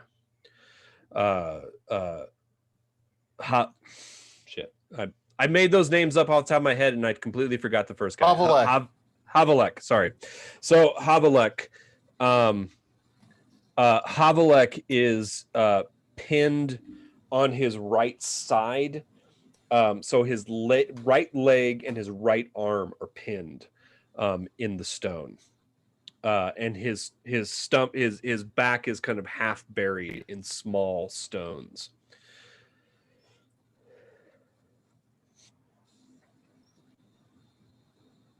Malek says, as you approach, he says, "I'm fine. Save Malek." Okay. Wait, Malek says that about Malek speaks about himself in third person? Malek says that about Havelek. Okay, sorry. Yeah. So sorry. And so who's going to attempt the rescue on Havelek? I imagine Ma'ak will. He'll find whichever one he thinks he can actually help. Okay. So give me a strength check. Sure thing. Actually, you know what? I lost my character sheet now because of the way you did all this. Hold on. How do I find my character sheet now? It should Here. be on. Yeah. Open up the character and open up the characters tab on the sidebar, and then open up. I don't see him now because he's already open, but I can't see him. It was the forced map open. It just covered everything. It's very big. If you can grab the top, you can bring it. Close the map. Oh, I got it. I can move the map. I got it. All right. Okay. Strength check, you said? Yeah. Okay, here we go. I am rolling strength now. Ooh, nice. Okay. So you roll. Okay, yeah. So you can start to pull stones away, and you think that in few rounds, you should be able to get him free. But Okay. one of the first thing that you notice is you pull away a stone that has his arm pinned. And as you pull the stone away, you can see that the arm itself has been completely severed above the elbow. And as it does so, blood begins to pump out and bleed across the stones. All right. Can well, I use? Oh, sorry. go ahead. Can I use either? Can I use either, like some of my fire to cauterize it, or a healing spell to stop the You bleeding? could, well, the way that healing spells work for exarchs, crimson exarchs, is that it literally does cauterize. The being healed by a crimson exarch is an extremely painful endeavor. Well, better than death, right? Yes, but yeah, you can cast Cure Wounds on him Yeah, I'd if like you to so do that. choose. Yeah. Okay. So what you want to do? Let me open up your character so I can kind of guide you through this real quick. You're going to go to your Actions tab. You're going to go to Cure Wounds. You're going to click on the little magnifying glass next to that, and you're going to see that's going to open it up, and it's going to have a little red plus sign next to the heal. You're just going to click on that.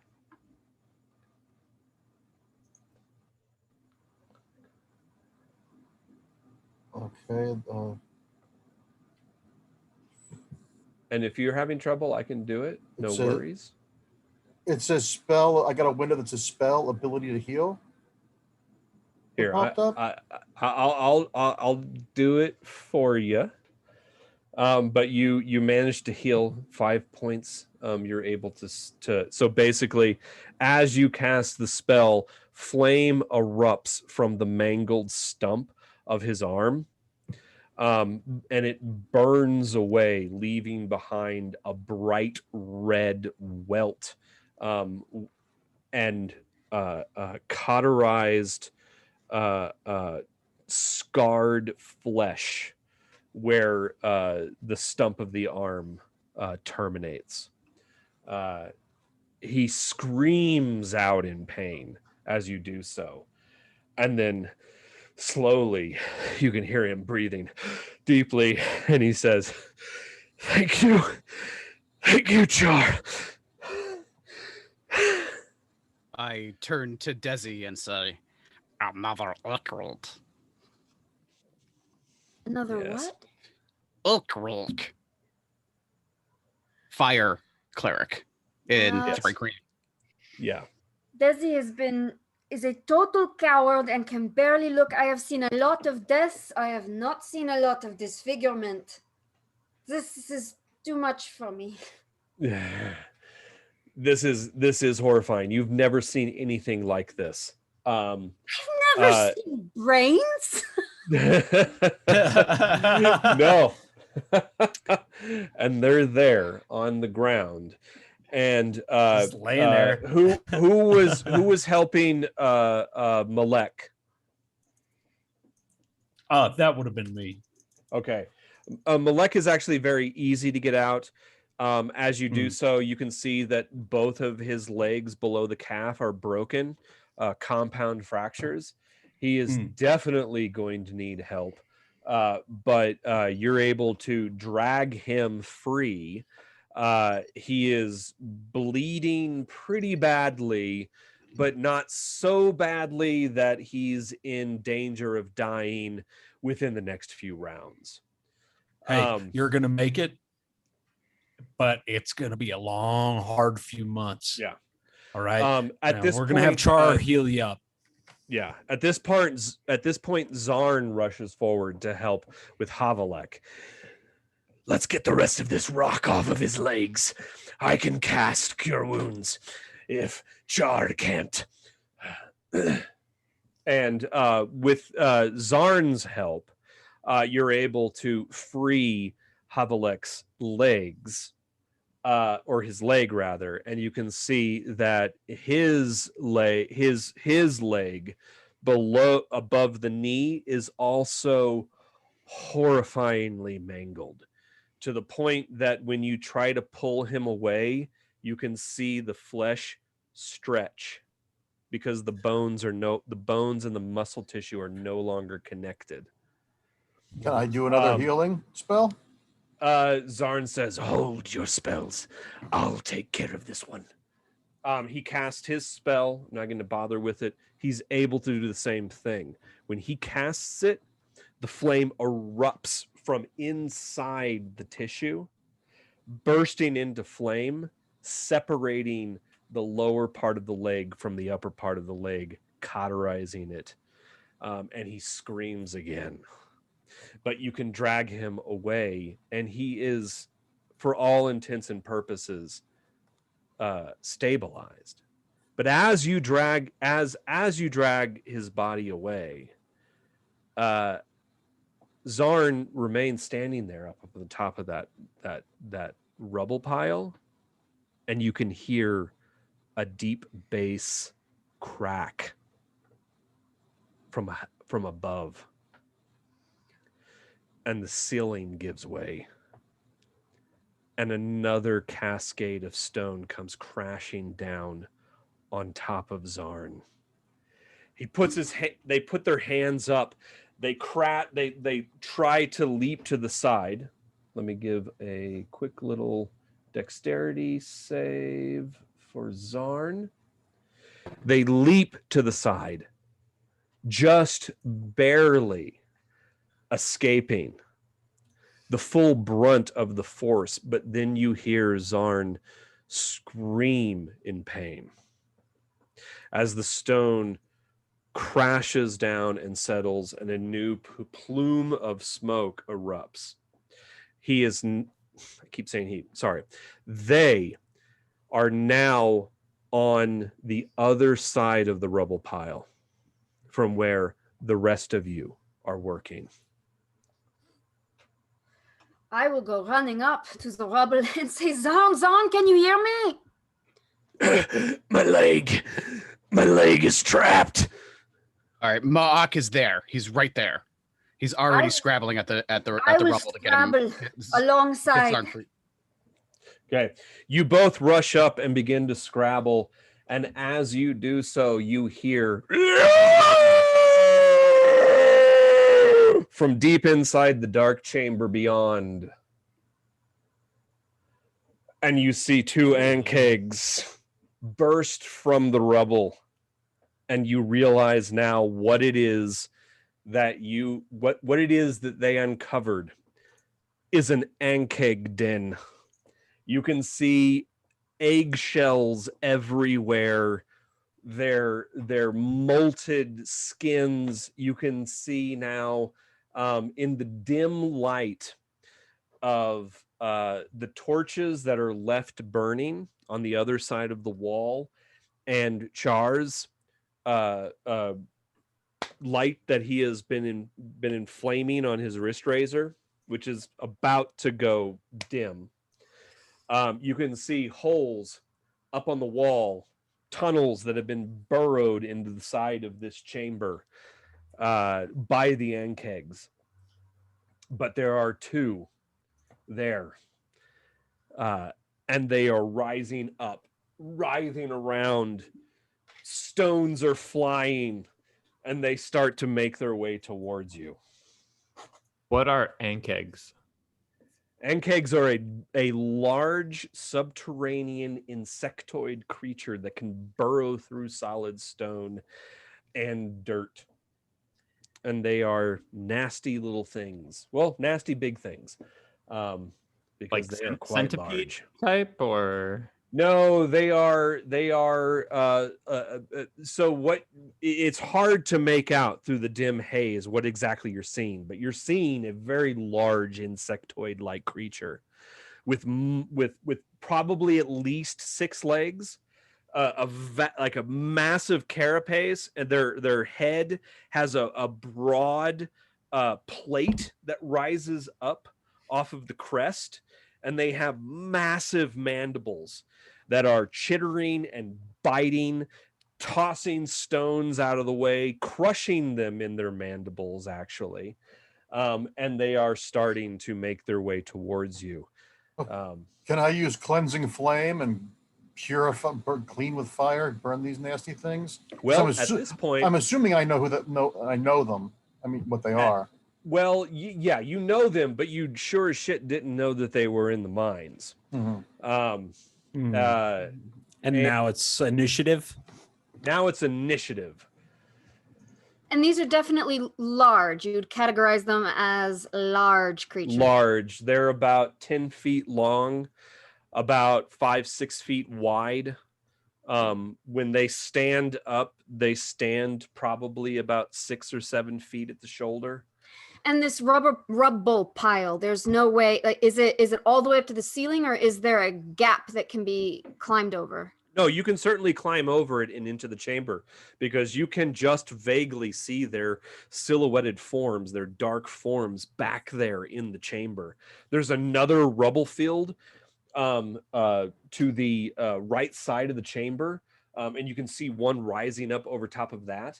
And then you see a smaller rubble pile towards the back of the chamber, towards what looks like a dais or a throne stand of some kind.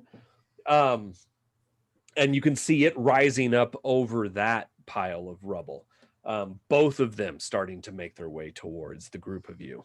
And they're really good about clearing rubble out of the way. Yeah, they can just sweep it aside with their massive chitinous legs.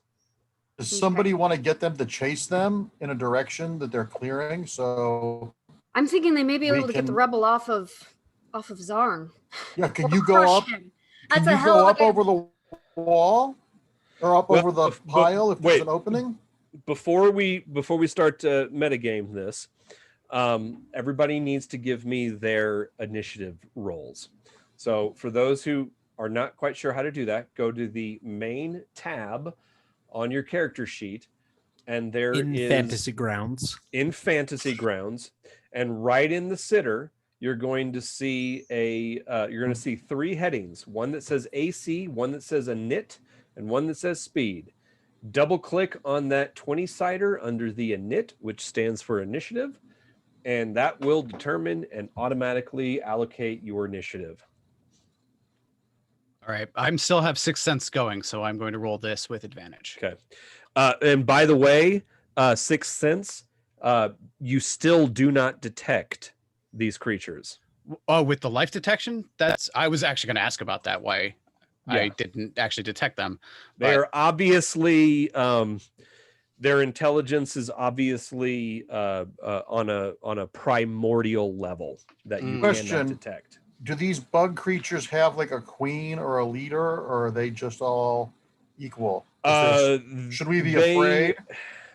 There can be there probably usually is a queen structure. You don't. Well, okay. You'd have to give me a nature check. So you'll go to your skills and you'll double click on that 20-sider in the nature tab. Okay. No, you have no idea. You don't know enough. You've only ever heard of ankegs, and you know that they live beneath the ground and they could pop up. That's like all you know about them.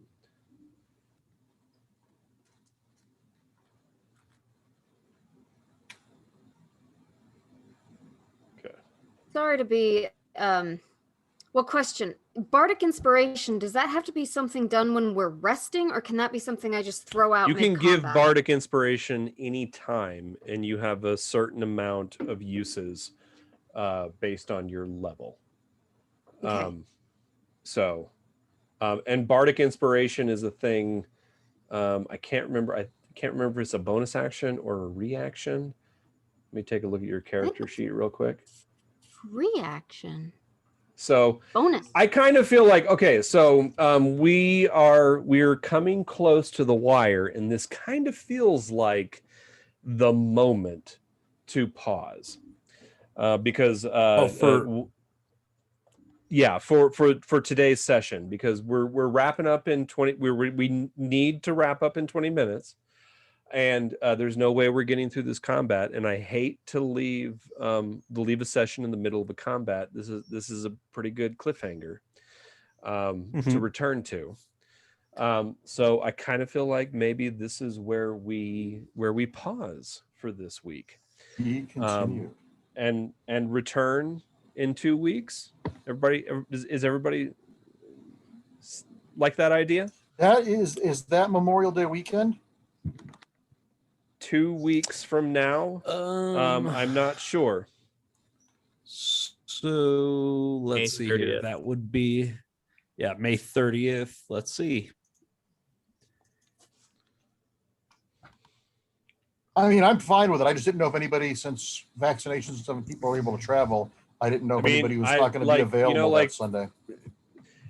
So basically, for those who are still watching, we're going to be playing this game every 2 weeks. We're gonna do anything and everything we can to fill up time in between doing drink and draws and hangouts and such.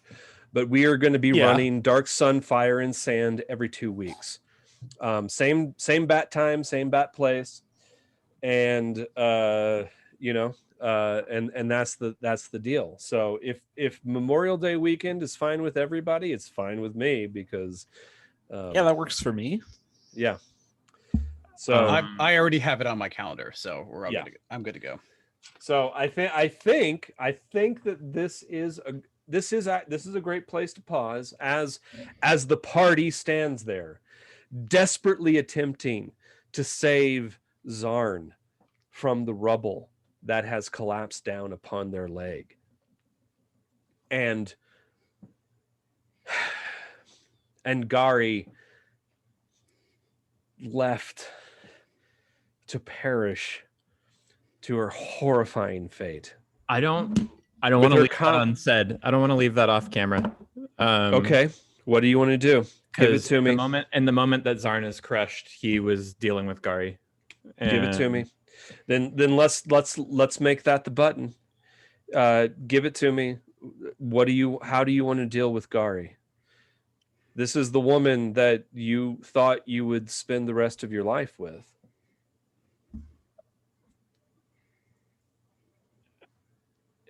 The part of her face that is not damaged. Brule puts his hand on.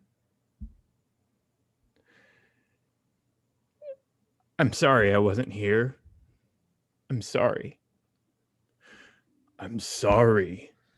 And he takes his obsidian dagger and he plunges it through her throat.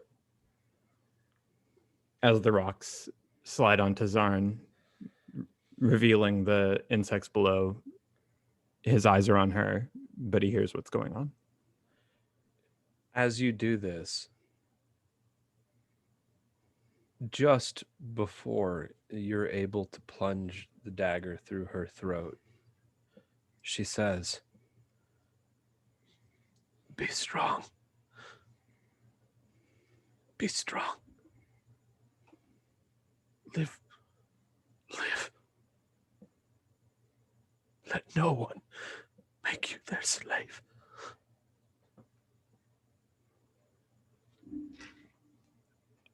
I won't. Ooh. And you lay her gently down. And we will call that scene until next time. Hey. It's funny, Joe. I'm sorry we had to roleplay characters that we're not going to, that aren't our characters, and you had to kill your girlfriend. I'm sorry you had to get into the mindset of killing your girlfriend for one fucking evening. Yeah, what the fuck? This character. No, yeah. Aaron always kills your girlfriend. Always. No, that's the rule, man. You killed my girlfriend. Oh well, hey, we worked on In that our first together. session. No. Yeah, we no, worked on didn't. that together. You killed Oh, her. We were about to It would have get been- your girlfriend hey. together, bro. It would have been your boyfriend if you had played, you know. Yeah. It would have been your boyfriend. It could be your girlfriend. I'm just Significant saying. other. Any different? Like that's any different? I've never created a character with romantic attachments, and now I know why. Because it's very upsetting. Because Aaron will kill them. Yeah. Oh geez, yeah. No, I don't get off on killing characters. So let's just start. Are you sure? Are you sure that's not your weird sexual kink that you bring into the bedroom later? No, it's just it's drama. It's Oh, is that connection. what it is? Connection. Because this Someone has a camera god isn't complex. pointing downward. Yeah. Oh man. Okay. Yeah. Manifesting control over the game you don't have in life. Okay. So I guess on that note, let's say goodbye to the viewers. Goodbye, guys. Yeah. Thank you all yeah. for sticking with Thanks us. for See watching you. tonight. Yeah. And Happy We'll see you Sunday. live in a couple Hug of your loved weeks. ones before Aaron kills them. yes, hug your loved ones before I kill them.